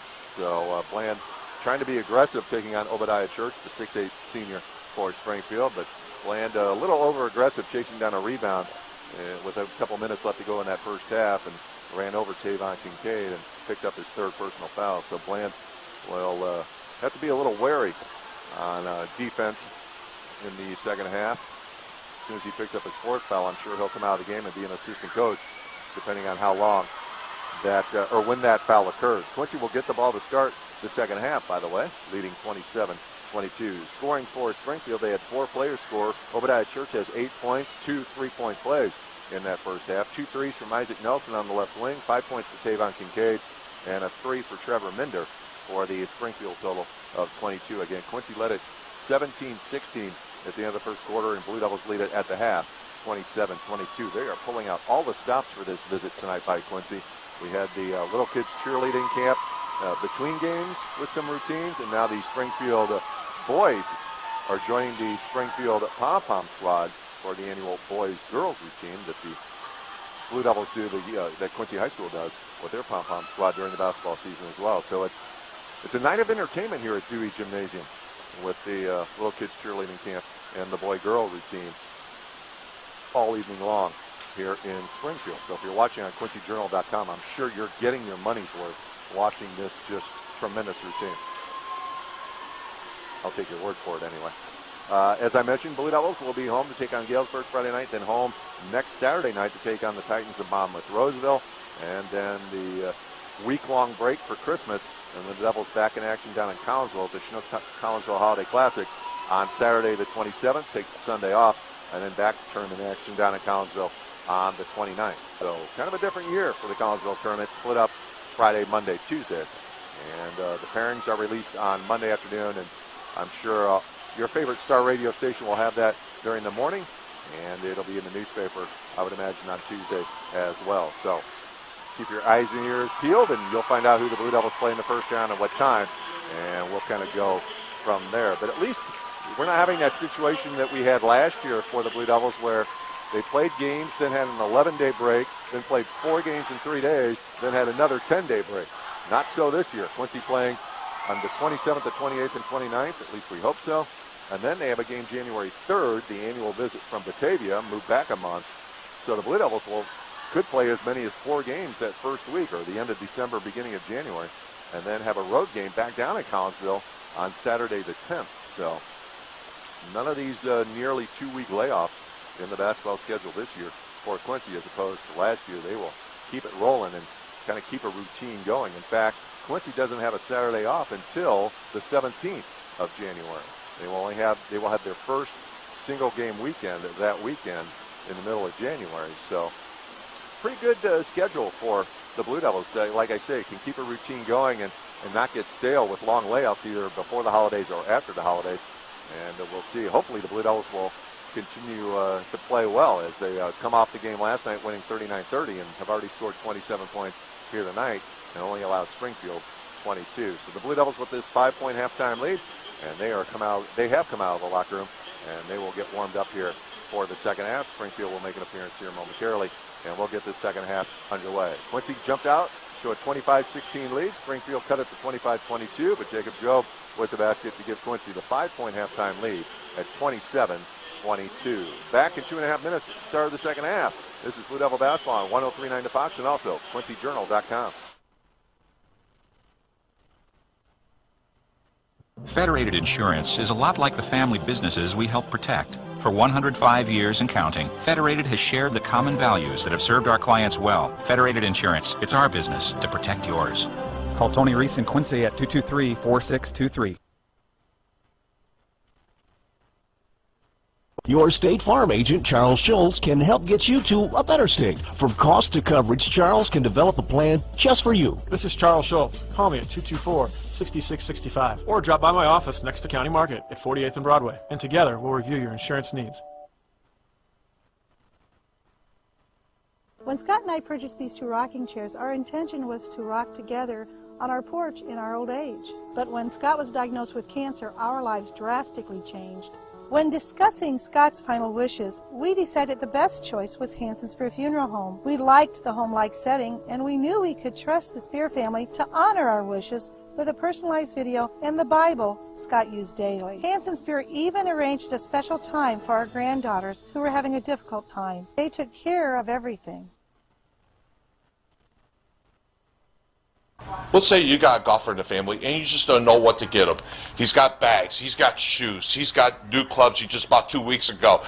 He's just went in there, just bought a pull card note yesterday. But I know he likes golf and I just don't know what to get. So here, I got a perfect solution for you. It's called a gift certificate. We can make the gift certificate any denomination that you want, and it's always good here at R&R Golf.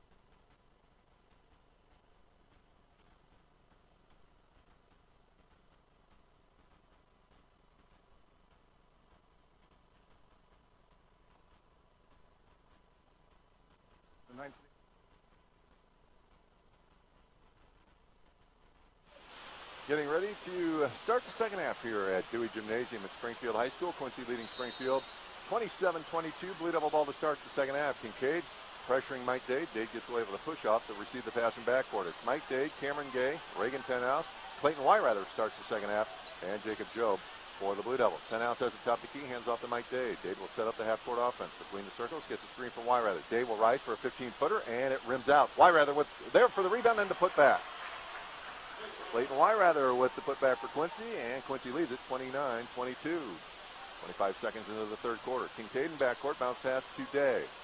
Tavon Kincaid, Keon Day. They get it to Church, now on the baseline. He goes opposite Trevor Minder to Day, now right wing Kincaid, further on the wing to Nelson. Back up top to Kincaid, now to Day, center of the floor, and Springfield sets up their half-court offense. Day with it, right volleyball line. Cross-court pass to Tavon Kincaid. Wanted to go high post to Church, doesn't. Now Day catches. Bounce pass far wing to Kincaid. Get it to Church, and Wyrather trying to get position defensively. Bumped into Church. Church lost the ball. Foul called on Wyrather. His second, team's first here in the second half. So wrong place, wrong time for Clayton Wyrather. 29-22 Quincy leads. Church will inbound, baseline right. Quick inbound today, right back to Church. Church with the ball fake, gets to the paint, trying to free himself over Job. Puts up a left-hand wild shot, no good, and Jacob Job has the rebound for Quincy. Dade has it. Checks out Coach Andy Douglas and calls out the offensive set. High post pass, Reagan Tenhouse. Top of the key, Reagan Tenhouse. High post, Wyrather. As Dade cutting back door, and it's off somebody's hands, out of bounds. They say off Kincaid to Quincy.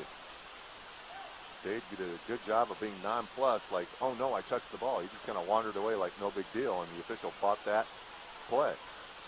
So Quincy inbounds, baseline right of the basket. Quick inbound to Wyrather. Wanted to go back to Tenhouse in the block, instead top of the key, Dade catches. Drives around Kincaid, gets the block, got his arm grabbed, and Dade will shoot two on the foul by Tavon Kincaid. His second, team's first here in the second half, only the fifth foul of the game on the Senators. Dade will shoot two here with Quincy leading 29-22. Mike Dade at the line for the season is 7 out of 13, 8 out of 14 with that converted free throw, his first point of the game. Dade makes this free throw. Quincy will equal their biggest lead of the night at 30-22. And he does so. Mike Dade 2 for 2 at the line, 2 points. Quincy has a 31-22 lead here, a minute and 20 seconds into the third quarter. Day in backcourt, made a move on no one, got it to Kincaid. They better hustle. Day does cross the timeline with a pass left wing to Minder, back to Day at midcourt. Job extending the pressure. Minder catches far wing, gets around Day, drives to the paint. No look pass to Nelson, right wing, fires and hits the three. Isaac Nelson with 3 threes in the game, 9 points. It's a 31-25 Quincy lead. Dade across the timeline will bring it middle of the floor. Goes left wing to Cameron Gay. Gay around the perimeter, gets to Wyrather. Right wing now to Job. Job, cross court to Dade. Nice catch with one hand by Mike Dade. Dade calls out the set. Doesn't get a screen from Wyrather. Dade has to go backwards, gets it to Job. Job on a dribble drive, lost it on the way through. It's deflected, it's loose, it's still loose. It's picked up by Dade. He gets to the basket, swatted by Church, and a travel before the shot. That's twice Dade has driven and kind of lost his balance as he tried to go up with a shot, and they called the travel. Fourth turnover on Quincy, 31-25, Blue Devils lead it. And what do we have now? And they are kicking a Quincy fan out who's sitting at midcourt. And I believe it's Mike Dade's father.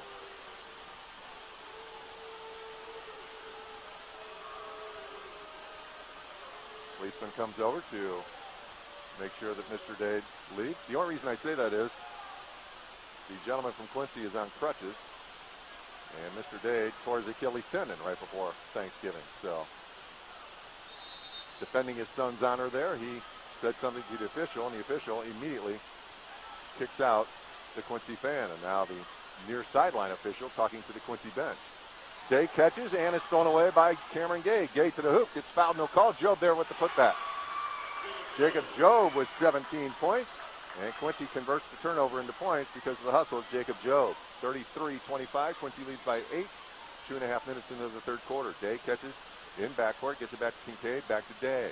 Now down the sideline across the timeline to Minder. Minder with a bounce pass to Kincaid, gets around Cameron Gay, shoots the fadeaway, no good. Church tips the rebound, but Tenhouse controls for Quincy. And then fouled by Tavon Kincaid, who reacts in front of that same official who booted the Quincy fan, and that official's probably not in the mood for any histrionic. Kincaid's third personal. He has both second half fouls on Springfield. And immediately Javon Waters will check in for the Senators, replacing Kincaid. 33-25, Quincy leads. Man-to-man pressure from Springfield. Token pressure as Dade is allowed to catch the inbounds pass. Checks the sideline for the play call. Dade across the timeline. Will cross over. Hesitate. Rise from 15 feet and drain it. Waters gave Dade plenty of room, and Dade took advantage of it. 4 points for Dade all in this quarter. It's a 10-point lead for Quincy, their biggest, at 35-25. Nelson today, cross court to Minder. Minder still hasn't crossed the timeline, does now with a right-hand dribble. Weyrather hustling, tipped it out of bounds away from Nelson. It'll be Springfield ball in the middle of their bench. Clayton Weyrather with some determined hustle to knock that pass away. Day catches the inbounds pass. Volleyball line on the right side. Gets to Minder along the sideline. Back up to Day. Day will go cross court to Nelson. Nelson has it far sideline. High post pass to Church. Turnaround jumper from 13 is good. Obadiah Church with 10 points in the game. Quincy leads it by the score 35-27. 4:25 left to go, third quarter. Dade slides to a stop and backs up between the circles to set up the offense. Left wing, Cameron Gay catches. Gay will take it to the top of the key, get around this defender, go all the way to the hoop, lost on the way up, and it's out of bounds to Quincy, they say, off a leg of Springfield. Coach Reed didn't like that call. Shoot in, Cameron Gay out.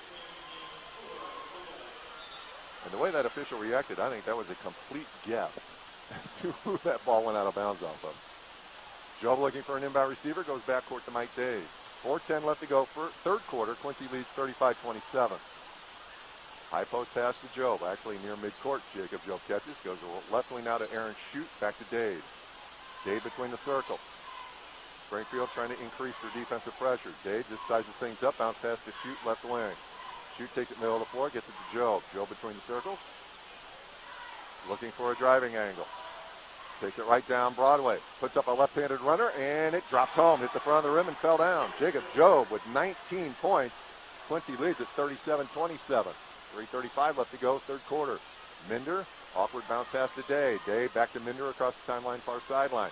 Minder brings it middle of the floor. Bounce pass to Day. Cross-court pass, Isaac Nelson. Tipped by Shute, but Nelson tips it to Minder. Along the sideline, Waters. Head and shoulder fake. Gets to the hoop. Goes along the baseline to Church. Up the sideline to get Day. Day shovels it back to Church. Up the sideline to Waters. Waters wanted to go back along right wing. Instead goes to Nelson. Nelson with a 24-footer out front. Too strong. Rebound 10 outs. Took it away from Church. Good, strong rebound. Reagan 10 out. To Dade near sideline in transition. And Dade will just walk it to the middle of the floor and set up the offense. Coach Douglas calls out the set. Quincy leads by 10 with under 3 minutes to play third quarter. Bounce pass, Jacob Job. What a performance by Jacob Job tonight. Aaron Shute catches around Isaac Nelson. Shute will bring it to the left wing on a dribble. Bounce pass to Jacob Job between the circles. Now to Mike Dade. 2:40 left to go, third quarter. Quincy leads 37-27. Dade has it, right side of the jump circle. We'll go right wing to Reagan Tenhouse. Tenhouse trying to get around his defender Minder. Will get it to Shute. Shute has it, gets it to Dade. Left side of the jump circle and a reach-in foul on Javon Waters. Waters first, team's third. 2:26 left to go, third quarter. Tavon Kincaid and his 3 personal fouls will check back in, replacing Isaac Nelson. Quincy ball on the offensive side of midcourt. Looks like they're going to allow Dade to go into backcourt to receive the pass, and he does. Waters guarding Dade. Dade has it left wing. Yo-yoing the ball with separation. Gets it to Aaron Shute, guarded by Kincaid, and a illegal screen called on Jacob Job. Job's second, team's second. 2:15 left to go, third quarter. Quincy leads 37-27. Church inbounds to Day in backcourt. Day, right wing to Waters. Waters up the sideline to Day. Now left side to Kincaid, back right side to Day. Further on to wing Waters. Waters dribbles up the sideline, goes middle of the floor to Day. Left wing now to Kincaid. Kincaid wanted to go high post to Church, couldn't, so Kincaid backs up to midcourt. Here's Kincaid, far sideline. Over the top, finds Church mid-post. Along the baseline, Waters catches. Diagonal pass out front to Day. Along the baseline, Minder. Ball fake penetrate. Minder shovels it to Church for the layup. Oh, it rolled out on him. And Tenhouse had the rebound poked away. Church comes away with it. Lost it again. It's poked away from him, and Shute comes away with a loose ball near sideline. Shute hesitates and gets it across the timeline. A point-blank layup for Obadiah Church. Did everything but go down, and Quincy comes away with the basketball. And a timeout called by Quincy, a 30-second timeout. Good timeout called by Coach Douglas there. 90 seconds left, third quarter. Quincy leads at 37-27. And how that layup for Obadiah Church did not go in is a mystery. First timeout called by the Blue Devils. Springfield has used one timeout as well. Far sideline, Quincy will inbound on the offensive side of midcourt.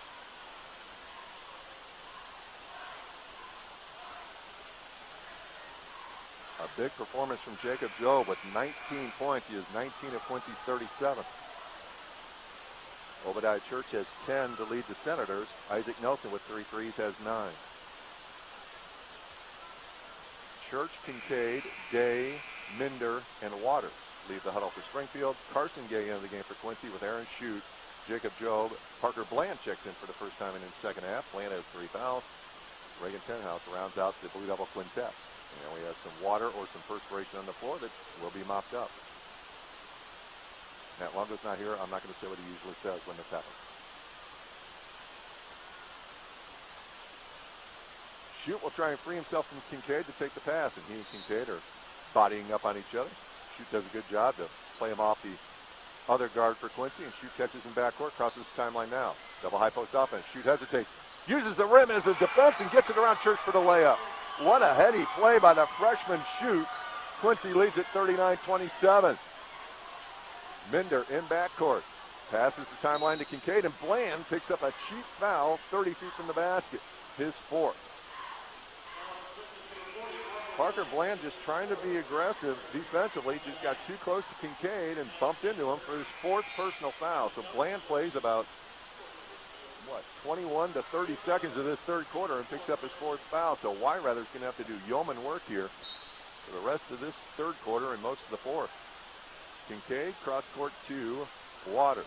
4th foul on Bland, 13th foul on Quincy, by the way. Kincaid down the sideline to Nelson, back up the sideline to Kincaid. He uses a Church screen, goes left wing to Waters. Waters hesitates, doesn't pull the trigger on a 3. Cross court passes off the hands of Nelson, out of bounds to Quincy. Waters tried to make a difficult cross-court pass, and it was too strong for Nelson and went out of bounds to Quincy. 8 turnovers on Springfield. Quincy leads by a dozen. Less than a minute to play, third quarter. Shute makes a nice play on the inbounds pass and gets it away from Kincaid and brings it up. High post screen from Tenhouse. Another screen from Tenhouse coming up. And an illegal screen called on Reagan Tenhouse. Second time this quarter, the Blue Devils call for a moving pick. First foul on Tenhouse, 4th team foul on Quincy. So 2 fouls for moving screens, and then Bland called for a hustle foul on the near sideline. It was definitely a foul, but probably more of an aggressive play than Bland needed to make. Kincaid trying to free himself from Jobe, goes right wing to Nelson. Back to Kincaid, middle of the floor, back to Nelson, right wing. He'll line up a 3 from the wing, and it's too strong. Weak side rebound, tipped in the air, and Shute comes away with the loose ball far corner, fouled by Javon Waters. How about the headiness of Aaron Shute? Made his first varsity appearance last night against UT, and he's playing well here tonight. Waters picks up his 2nd foul, 4th team foul on Springfield. Quincy leads at 39-27, 27 seconds left, third quarter. Shute looks to the sideline for the play call. Kincaid has 3 fouls. He had both hands behind his back so he wouldn't reach in on Shute while he was dribbling. Gay catches left wing, crosses over, rises from 17 feet, no good, and what do we have? Going to call Jacob Jobe for the foul. And then Isaac Nelson called for a technical for clapping in the face of Jacob Jobe.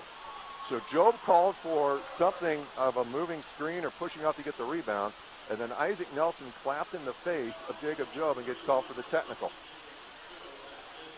So that's a personal on Nelson and the technical. So that's the 5th foul on Springfield, the 5th foul on Quincy, and Jacob Jobe will shoot 2 free throws. And Quincy will get the ball here with 14 seconds left in the third quarter.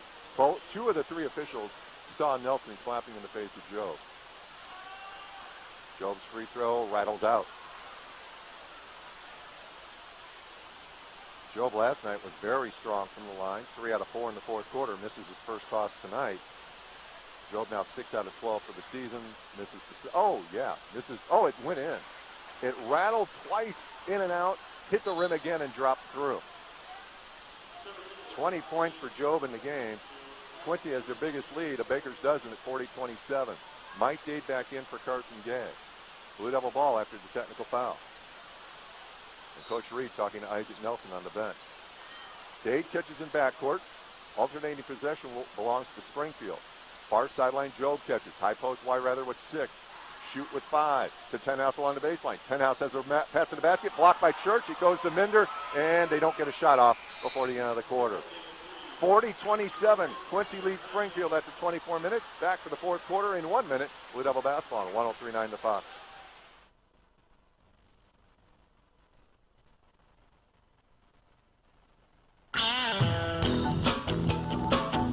When Andy Douglas became the head coach of the Quincy High Blue Devils, he wanted a fresh start and a new look, starting with a locker room. The first place he called was Landmarks. You're looking at the finished product. Wall picks, logos, inspirational quotes, and even window treatments. Each application was custom designed and installed by Landmarks right here in Quincy. The window treatments are one of my favorite parts. They got kind of the wood feel. We're able to see out and see what's going on in the locker room, and the players can't see in, so that's kind of a special thing. But it has one of our favorite quotes on it: the image of one projects the image of all. It's a quote that we use with our program, our players. But again, it's a great addition to our locker room. It adds a lot of spice to it. Wall picks, screen printing, embroidering, vehicle wraps. Let Landmarks give your home or office or locker room a fresh new look. Landmarks, make your mark.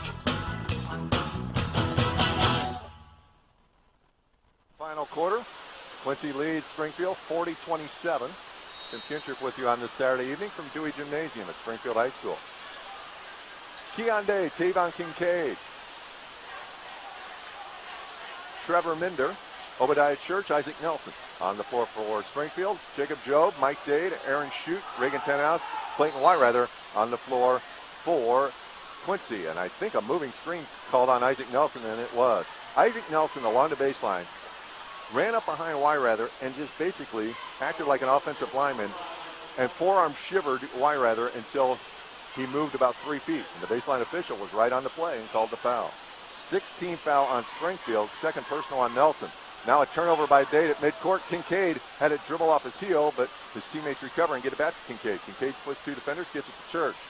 Left wing pass is deflected and stolen away by Mike Dade. Dade has a 3-on-2. He'll back pass to Jobe. Tried to, but he threw it out of bounds. So sloppy play there by Mike Dade. Recovered the loose ball on the far sideline. Penetrated too far. Tried to make a back pass to Jobe and threw it out of bounds. Whiffed on the pass, basically. When he tried to throw it backwards, he threw it forward. 7:20 left to go, fourth quarter. Quincy leads 40-27 as the teams exchange turnovers.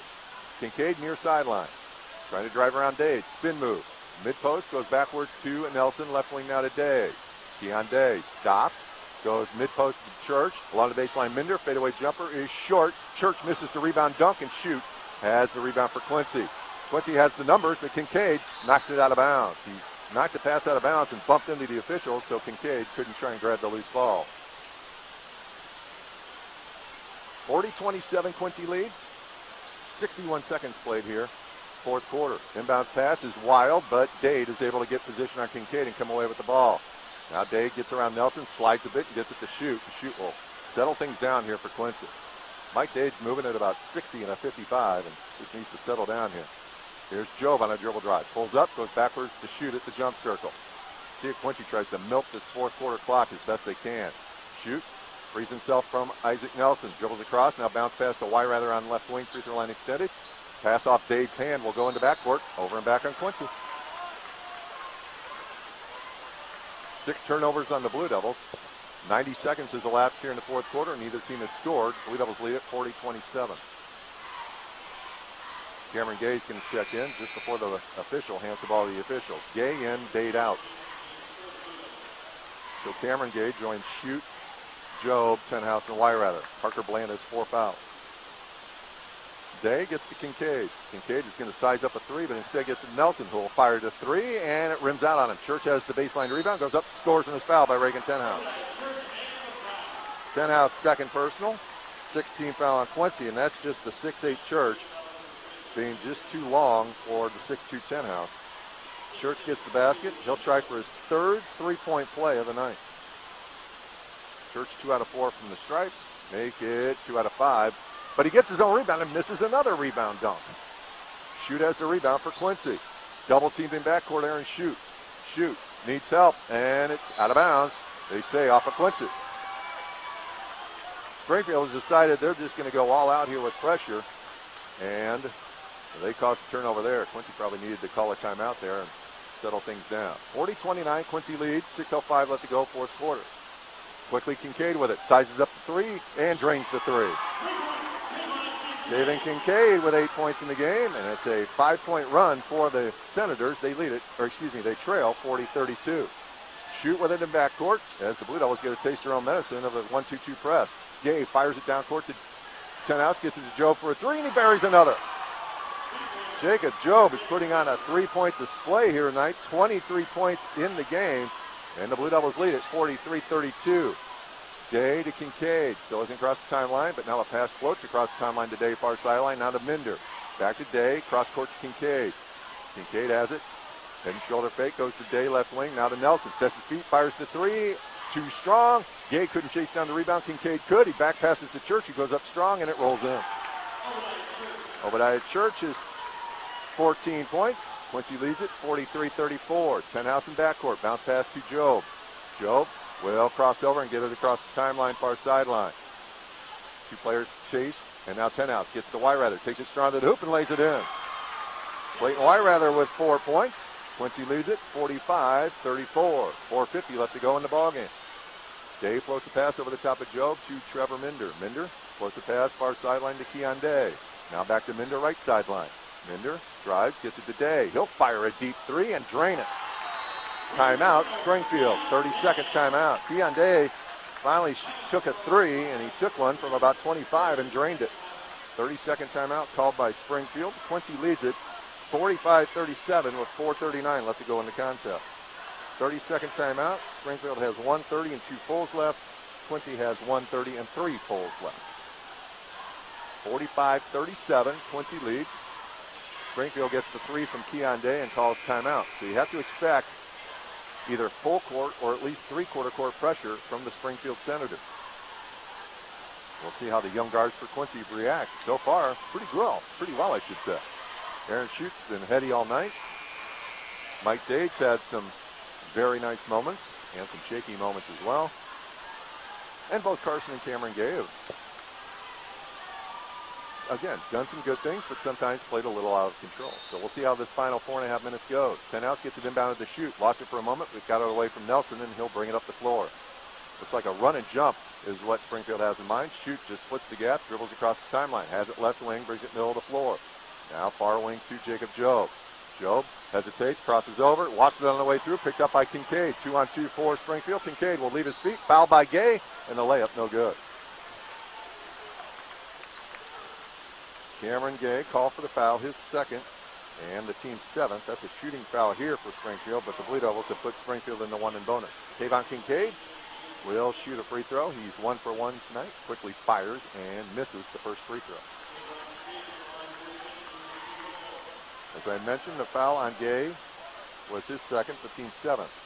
Tavon Kincaid doesn't even dribble, and he fires the free throw, and it rattles in. Kincaid with 9 points. It's a 7-point Quincy lead at 45-38. No lead is safe, though.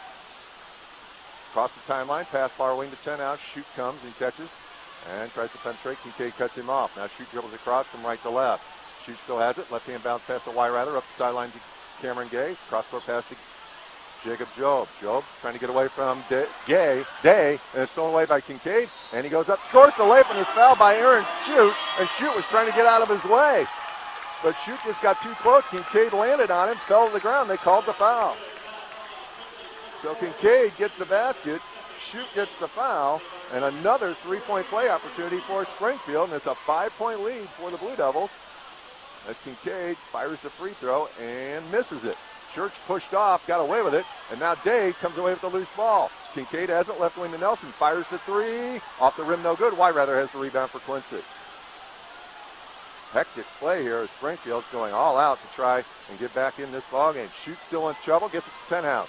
Tenhouse doesn't attack the basket, instead bounce pass to Job. Job has it far sideline, cross-court pass, left wing to Cameron Gay. 45-40 Quincy leads, but the last three possessions for Quincy have been shaky at best.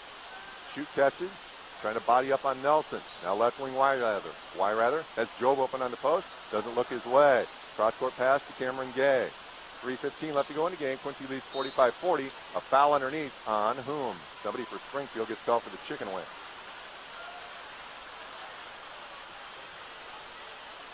Foul called on Keon Day. His first, team's seventh.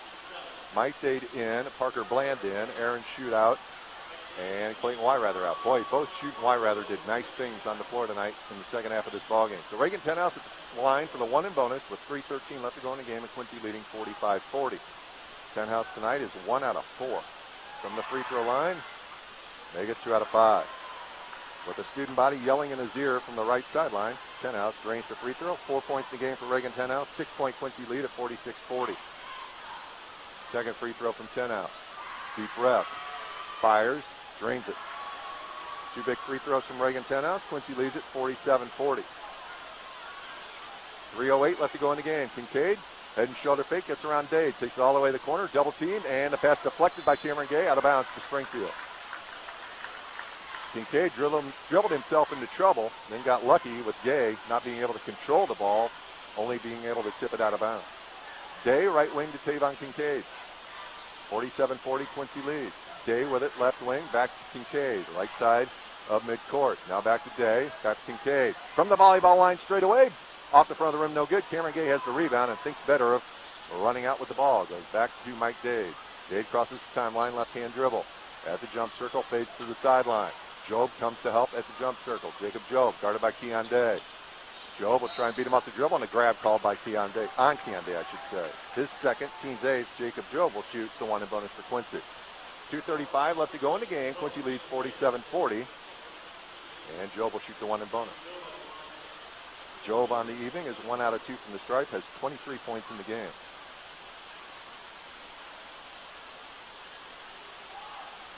Two dribbles, Job fires and drains it.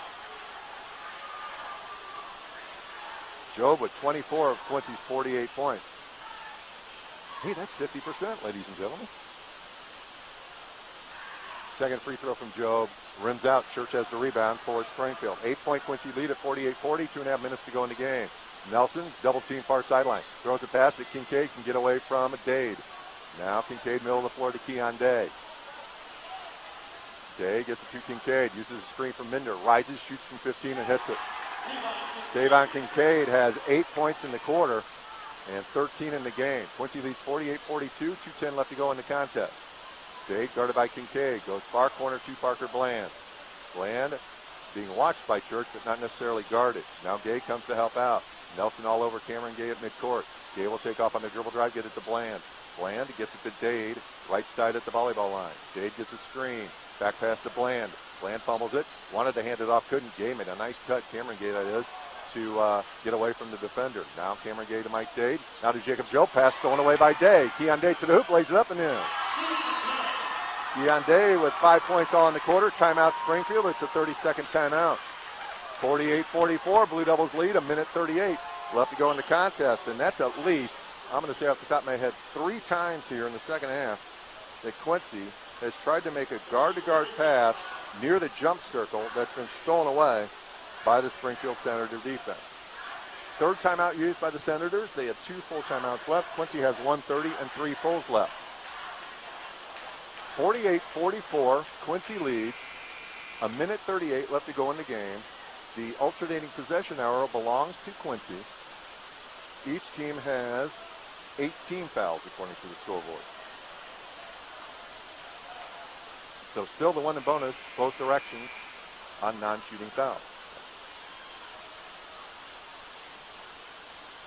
Water on the floor again. Dade, Cameron Gay, Jacob Job, Reagan Tenhouse, and Parker Bland on the floor for Quincy. Obadiah Church, Trevor Minder, who's down on his knees wiping up the floor. Isaac Nelson, Tavon Kincaid, and Keon Day on the floor for Springfield. It's been a 17-point quarter for Springfield. They've scored more points here in the fourth quarter than they scored in the second and third combined. Dade trying to free himself from Tavon Kincaid. Crosses the timeline right-hand dribble. Has it far wing. Backs up now to the volleyball line.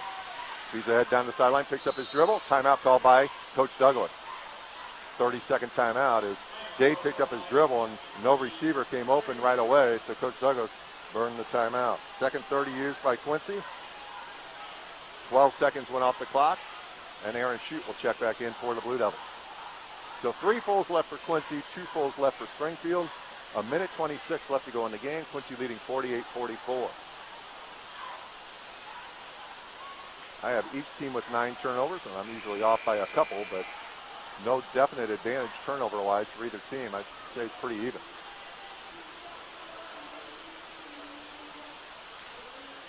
Coach Douglas drawing up a play in the Quincy huddle. Coach Reed just wanting some intensity from his defensive huddle for the Senators.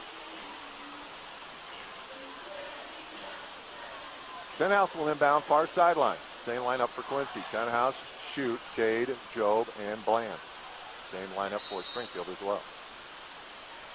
Tenhouse throws it away right to Kincaid. Kincaid to the hoop. Gets it around Dade. Puts up the layup and score. Widows just turning the ball over and allowing Springfield to get easy layups.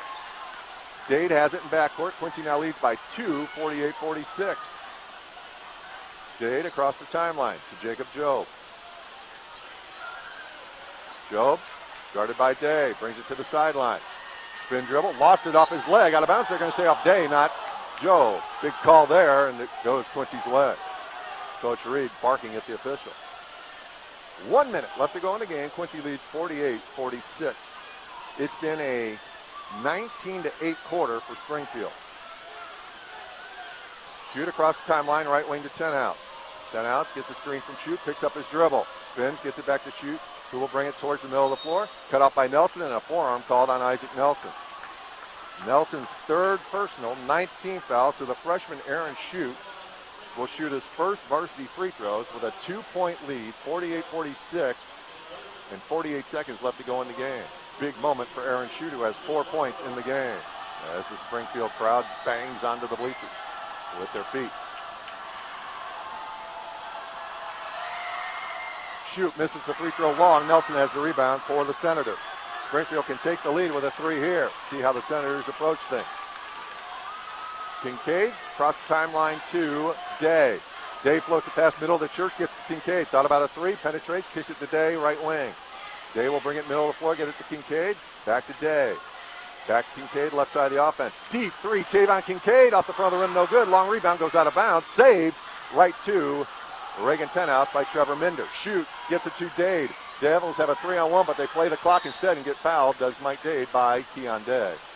Not sure Springfield wanted a 25-footer from Tavon Kincaid, especially when it was shortened to the left, and the ball almost went out of bounds, and Minder saved it right to Reagan Tenhouse. Foul on Day is his 3rd, and it's the 10th team foul with Mike Dade shooting 2. He makes the first. Dade has 5 points. Quincy leads by 3. Big free throw here makes it a 2-possession game. 15.5 seconds left, by the way. Dade calmly sinks both free throws. Dade 4 for 4 from the stripe tonight. Quincy has a 4-point lead at 50-46. Kincaid rises for another 3 and hits this one. Timeout Springfield, a full timeout. 50-49. Quincy leads it. 9 seconds left in the game. A full timeout. We'll take a 1-minute break. Come back with the end of this contest. Quincy leading 50-49 on 103.9 The Fox and QuincyJournal.com. It's coming to Quincy, and it's a game changer. Fiber is the fastest technology available, and Adams is bringing fiber to the home.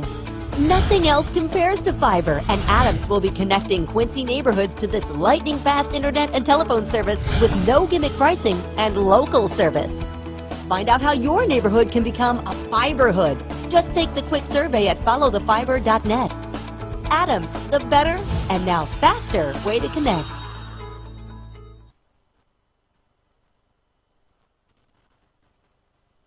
When Scott and I purchased these 2 rocking chairs, our intention was to rock together on our porch in our old age. But when Scott was diagnosed with cancer, our lives drastically changed. When discussing Scott's final wishes, we decided the best choice was Hanson Spear Funeral Home. We liked the home-like setting, and we knew we could trust the Spear family to honor our wishes with a personalized video and the Bible Scott used daily. Hanson Spear even arranged a special time for our granddaughters who were having a difficult time. They took care of everything. They have to reset the clock here at Springfield somehow during the timeout. It went from 9 seconds to 5. Now they have it back at 9 seconds. 9 seconds left in the game. Quincy hanging on to a 50-49 lead after the 3 by Tavon Kincaid, who has 13 fourth-quarter points, 18 for the game. It's Tenhouse to inbound. Looking for a receiver and can't find one, so he calls timeout. Another full timeout. We'll take it with the Blue Devils. 50-49 Quincy leads. 9 seconds left in the game. Back in 1 minute. 103.9 The Fox and QuincyJournal.com. Around here, people matter, and relationships are built on trust. That's the way it is at Town & Country Bank. Real people who like things simple, honest, and done right. And our roots are right here, so we're truly local. If you already do business with us, then you know how good banking can be. And if you're not, well, maybe you should. Town & Country Bank. You'll like how we do business. Part of the H&B Bank family. When Amy's brother passed away, her family went to Hanson Spear Funeral Home. It's not about, the death of the family member. It's about celebrating a life. They're very family oriented as well. They're, traditional, and they want to make you feel like, you're almost, part of the family. And that's what we really liked. If I had to sum up Hanson Spear in a word, it would be compassionate and loyal. It would be like family.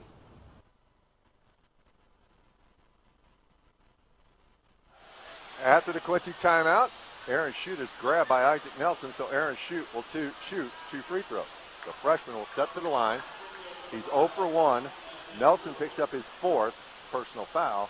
So it's Shute at the line, Quincy leading 50-49, 7.5 seconds left to go in the game. Aaron Shute with 4 points. He gets 2 shots. Let's see if that relaxes him a little bit here.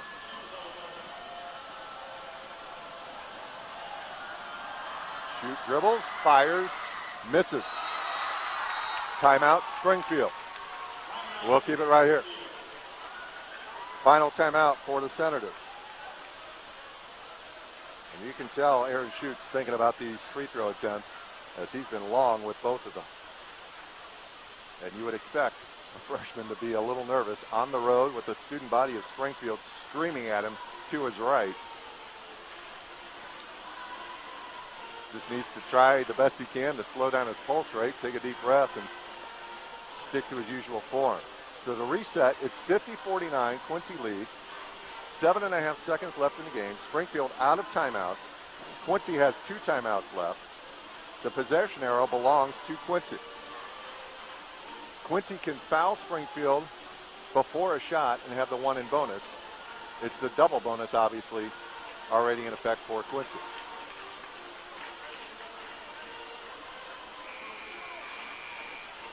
It's been a 22-10 quarter for Springfield, with Tavon Kincaid doing most of the heavy lifting with 13 of those 22 fourth quarter points. So what can the young freshman for Quincy do here? 50-49 Blue Devils lead. Shoot with a second free throw.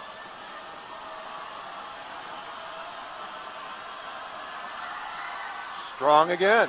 Church has the rebound for Springfield. Day gets it to Kincaid. Kincaid across timeline, back to Day. Day, diagonal pass to Minder. 3 on the way, Minder. No good, and Quincy wins it 50-49.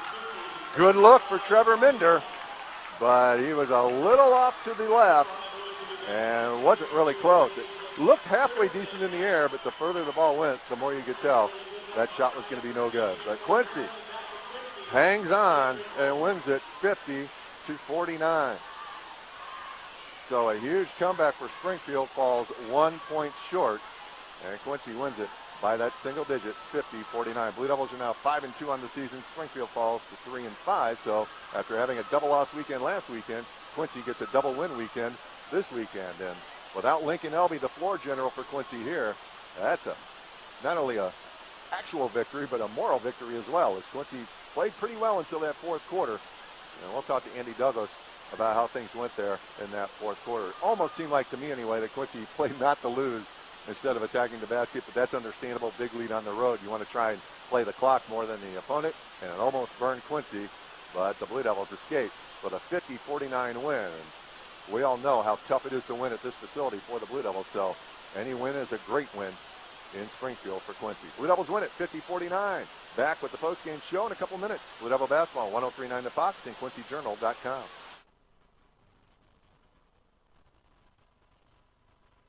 Bah humbug! I don't care.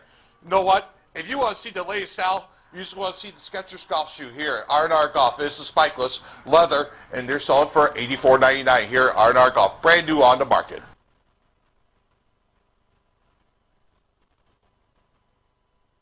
Around here, people matter, and relationships are built on trust. That's the way it is at Town & Country Bank. Real people who like things simple, honest, and done right. And our roots are right here, so we're truly local. If you already do business with us, then you know how good banking can be. And if you're not, well, maybe you should. Town & Country Bank. You'll like how we do business. Part of the HNB Bank family. Let's say you got a golfer in the family and you just don't know what to get him. He's got bags, he's got shoes, he's got new clubs he just bought 2 weeks ago. He's just went in there, just bought a pull card note yesterday. But you're like, I know he likes golf and I just don't know what to get. So here, I got a perfect solution for you. It's called a gift certificate. We can make the gift certificate any denomination that you want, and it's always good here at R&R Golf.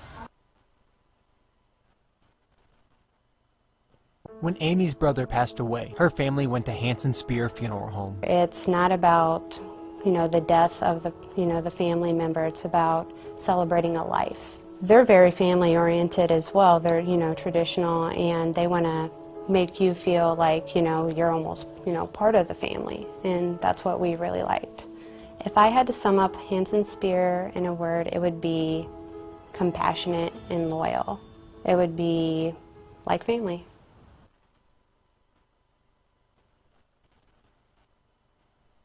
It's coming to Quincy, and it's a game changer. Fiber is the fastest technology available, and Adams is bringing fiber to the home. Nothing else compares to fiber, and Adams will be connecting Quincy neighborhoods to this lightning-fast internet and telephone service with no gimmick pricing and local service. Find out how your neighborhood can become a fiberhood. Just take the quick survey at followthefiber.net. Adams, the better and now faster way to connect. When Scott and I purchased these two rocking chairs, our intention was to rock together on our porch in our old age. But when Scott was diagnosed with cancer, our lives drastically changed. When discussing Scott's final wishes, we decided the best choice was Hanson Spear Funeral Home. We liked the home-like setting, and we knew we could trust the Spear family to honor our wishes with a personalized video and the Bible Scott used daily. Hanson Spear even arranged a special time for our granddaughters who were having a difficult time. They took care of everything. Not being here because of his sister's wedding. That should give a lot of these players a lot of confidence. And Aaron Shute has nothing to hang his head about, missing 3 free throws in the fourth quarter. He played a heady ball game for a freshman and playing only his second varsity game. He did a heck of a job, and anybody would have been nervous, upperclassman or a freshman, at the free throw line with the opposing student body screaming everything they can think of at you. And Aaron Shute he did himself proud here tonight. And Quincy wins at 50-49. But how about Jacob Job? We'll talk more about him in 30 seconds. The stat sheet show is brought to you by Hanson Spear Funeral Home. Back in 30 seconds to run down the numbers as Coach Douglas leaves the locker room. Back in 30, Quincy wins at 50-49 on 103.9 The Fox and QuincyJournal.com. Federated Insurance is a lot like the family businesses we help protect. For 105 years and counting, Federated has shared the common values that have served our clients well. Federated Insurance, it's our business to protect yours. Call Tony Reese in Quincy at 223-4623. Your State Farm agent, Charles Schultz, can help get you to a better state. From cost to coverage, Charles can develop a plan just for you. This is Charles Schultz. Call me at 224-6665 or drop by my office next to County Market at 48th and Broadway, and together we'll review your insurance needs.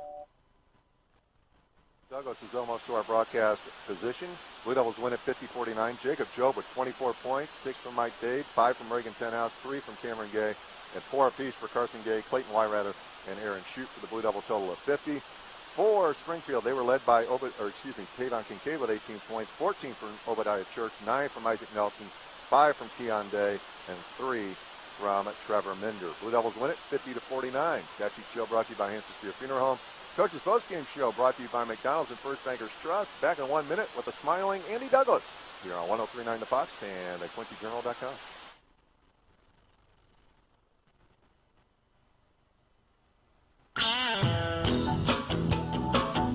When Andy Douglas became the head coach of the Quincy High Blue Devils, he wanted a fresh start and a new look, starting with the locker room. The first place he called was Landmarks. You're looking at the finished product. Wall picks, logos, inspirational quotes, and even window treatments. Each application was custom designed and installed by Landmarks right here in Quincy. The window treatments are one of my favorite parts. They got kind of the wood feel. We're able to see out and see what's going on in the locker room, and the players can't see in, so that's kind of a special thing. But it has one of our favorite quotes on it: the image of one projects the image of all. It's a quote that we use with our program, our players. But again, it's a great addition to our locker room. It adds a lot of spice to it. Wall picks, screen printing, embroidering, vehicle wraps. Let Landmarks give your home or office or locker room a fresh new look. Landmarks, make your mark.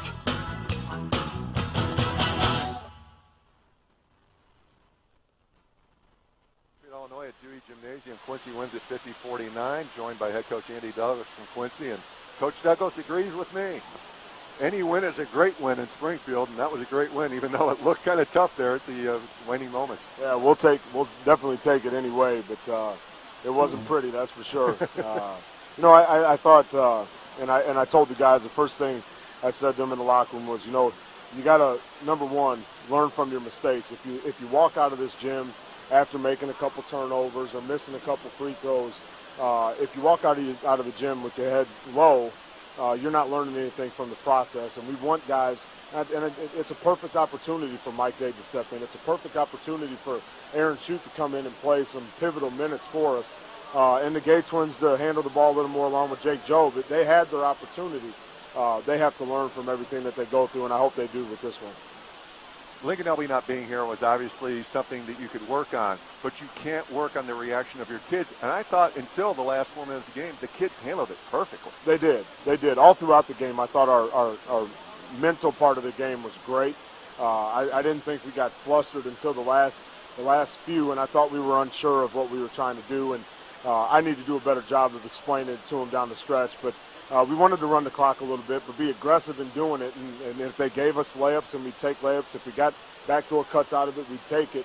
And I thought we left a couple plays out there that we could have been more aggressive. But at the same time, we got Obadiah playing in the paint. Anytime you're driving there, it's a different type of game. So, they played it the way they played it. And again, any game, whether it's a win or a loss, you want to learn from. And I thought we had enough turnovers and mistakes at the end that our guys will do just that.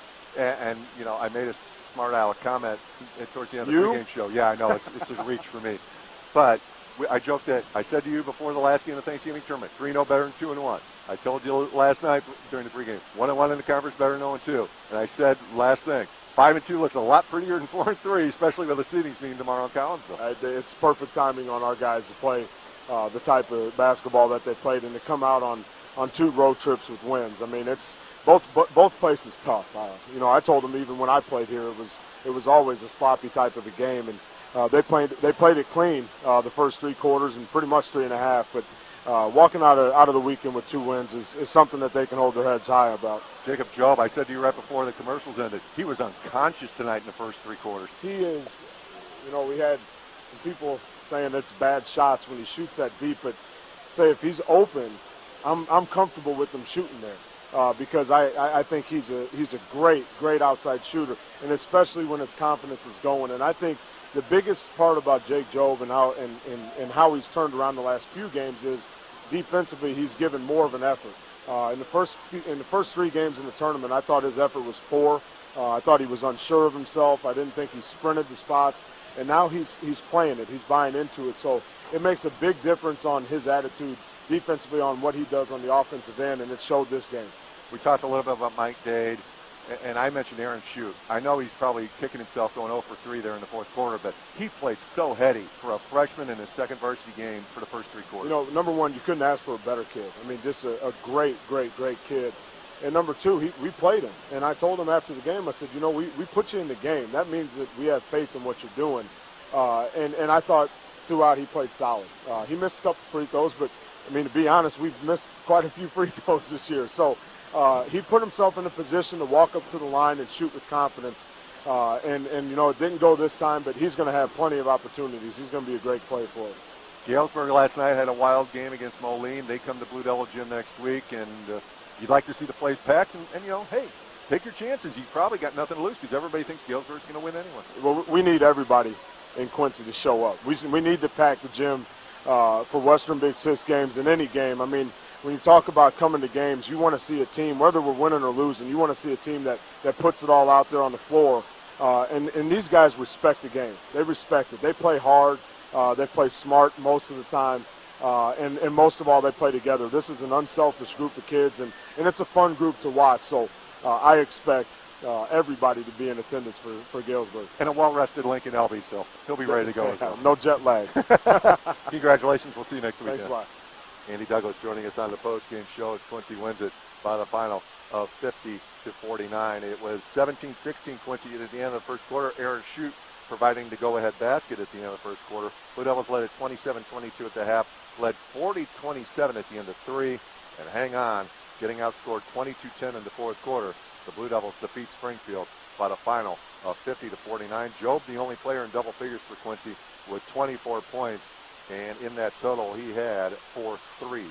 So a great night from Jacob Job, and the Blue Devils did just enough to come out of Dewey Gymnasium with a victory. And that doesn't get said too often here in the last 10 years or so for a Quincy basketball team. Blue Devils win it 50-49. Galesburg next Friday night at home. Monmouth Roseville at home on Saturday night as well. And, of course, that final home game before the holiday break is the light show from the Quincy High Pom-Pom squad. So keep that in mind as well. Blue Devils win it 50-49. We may just have to keep Matt Longo away from us for the entire season. But you folks don't want to hear me prattle on for an hour and a half Fridays and Saturday nights, so we won't let that happen. Quincy wins at 50-49. Postgame show brought to you by McDonald's and First Bankers Trust. Statue show brought to you by Hanson Spear Funeral Home. For Matt Longo, who's on assignment, for Alex Goff from QuincyJournal.com, and for our producer, Paul Erickson, this is Tim Kinchard saying good night from the state capitol.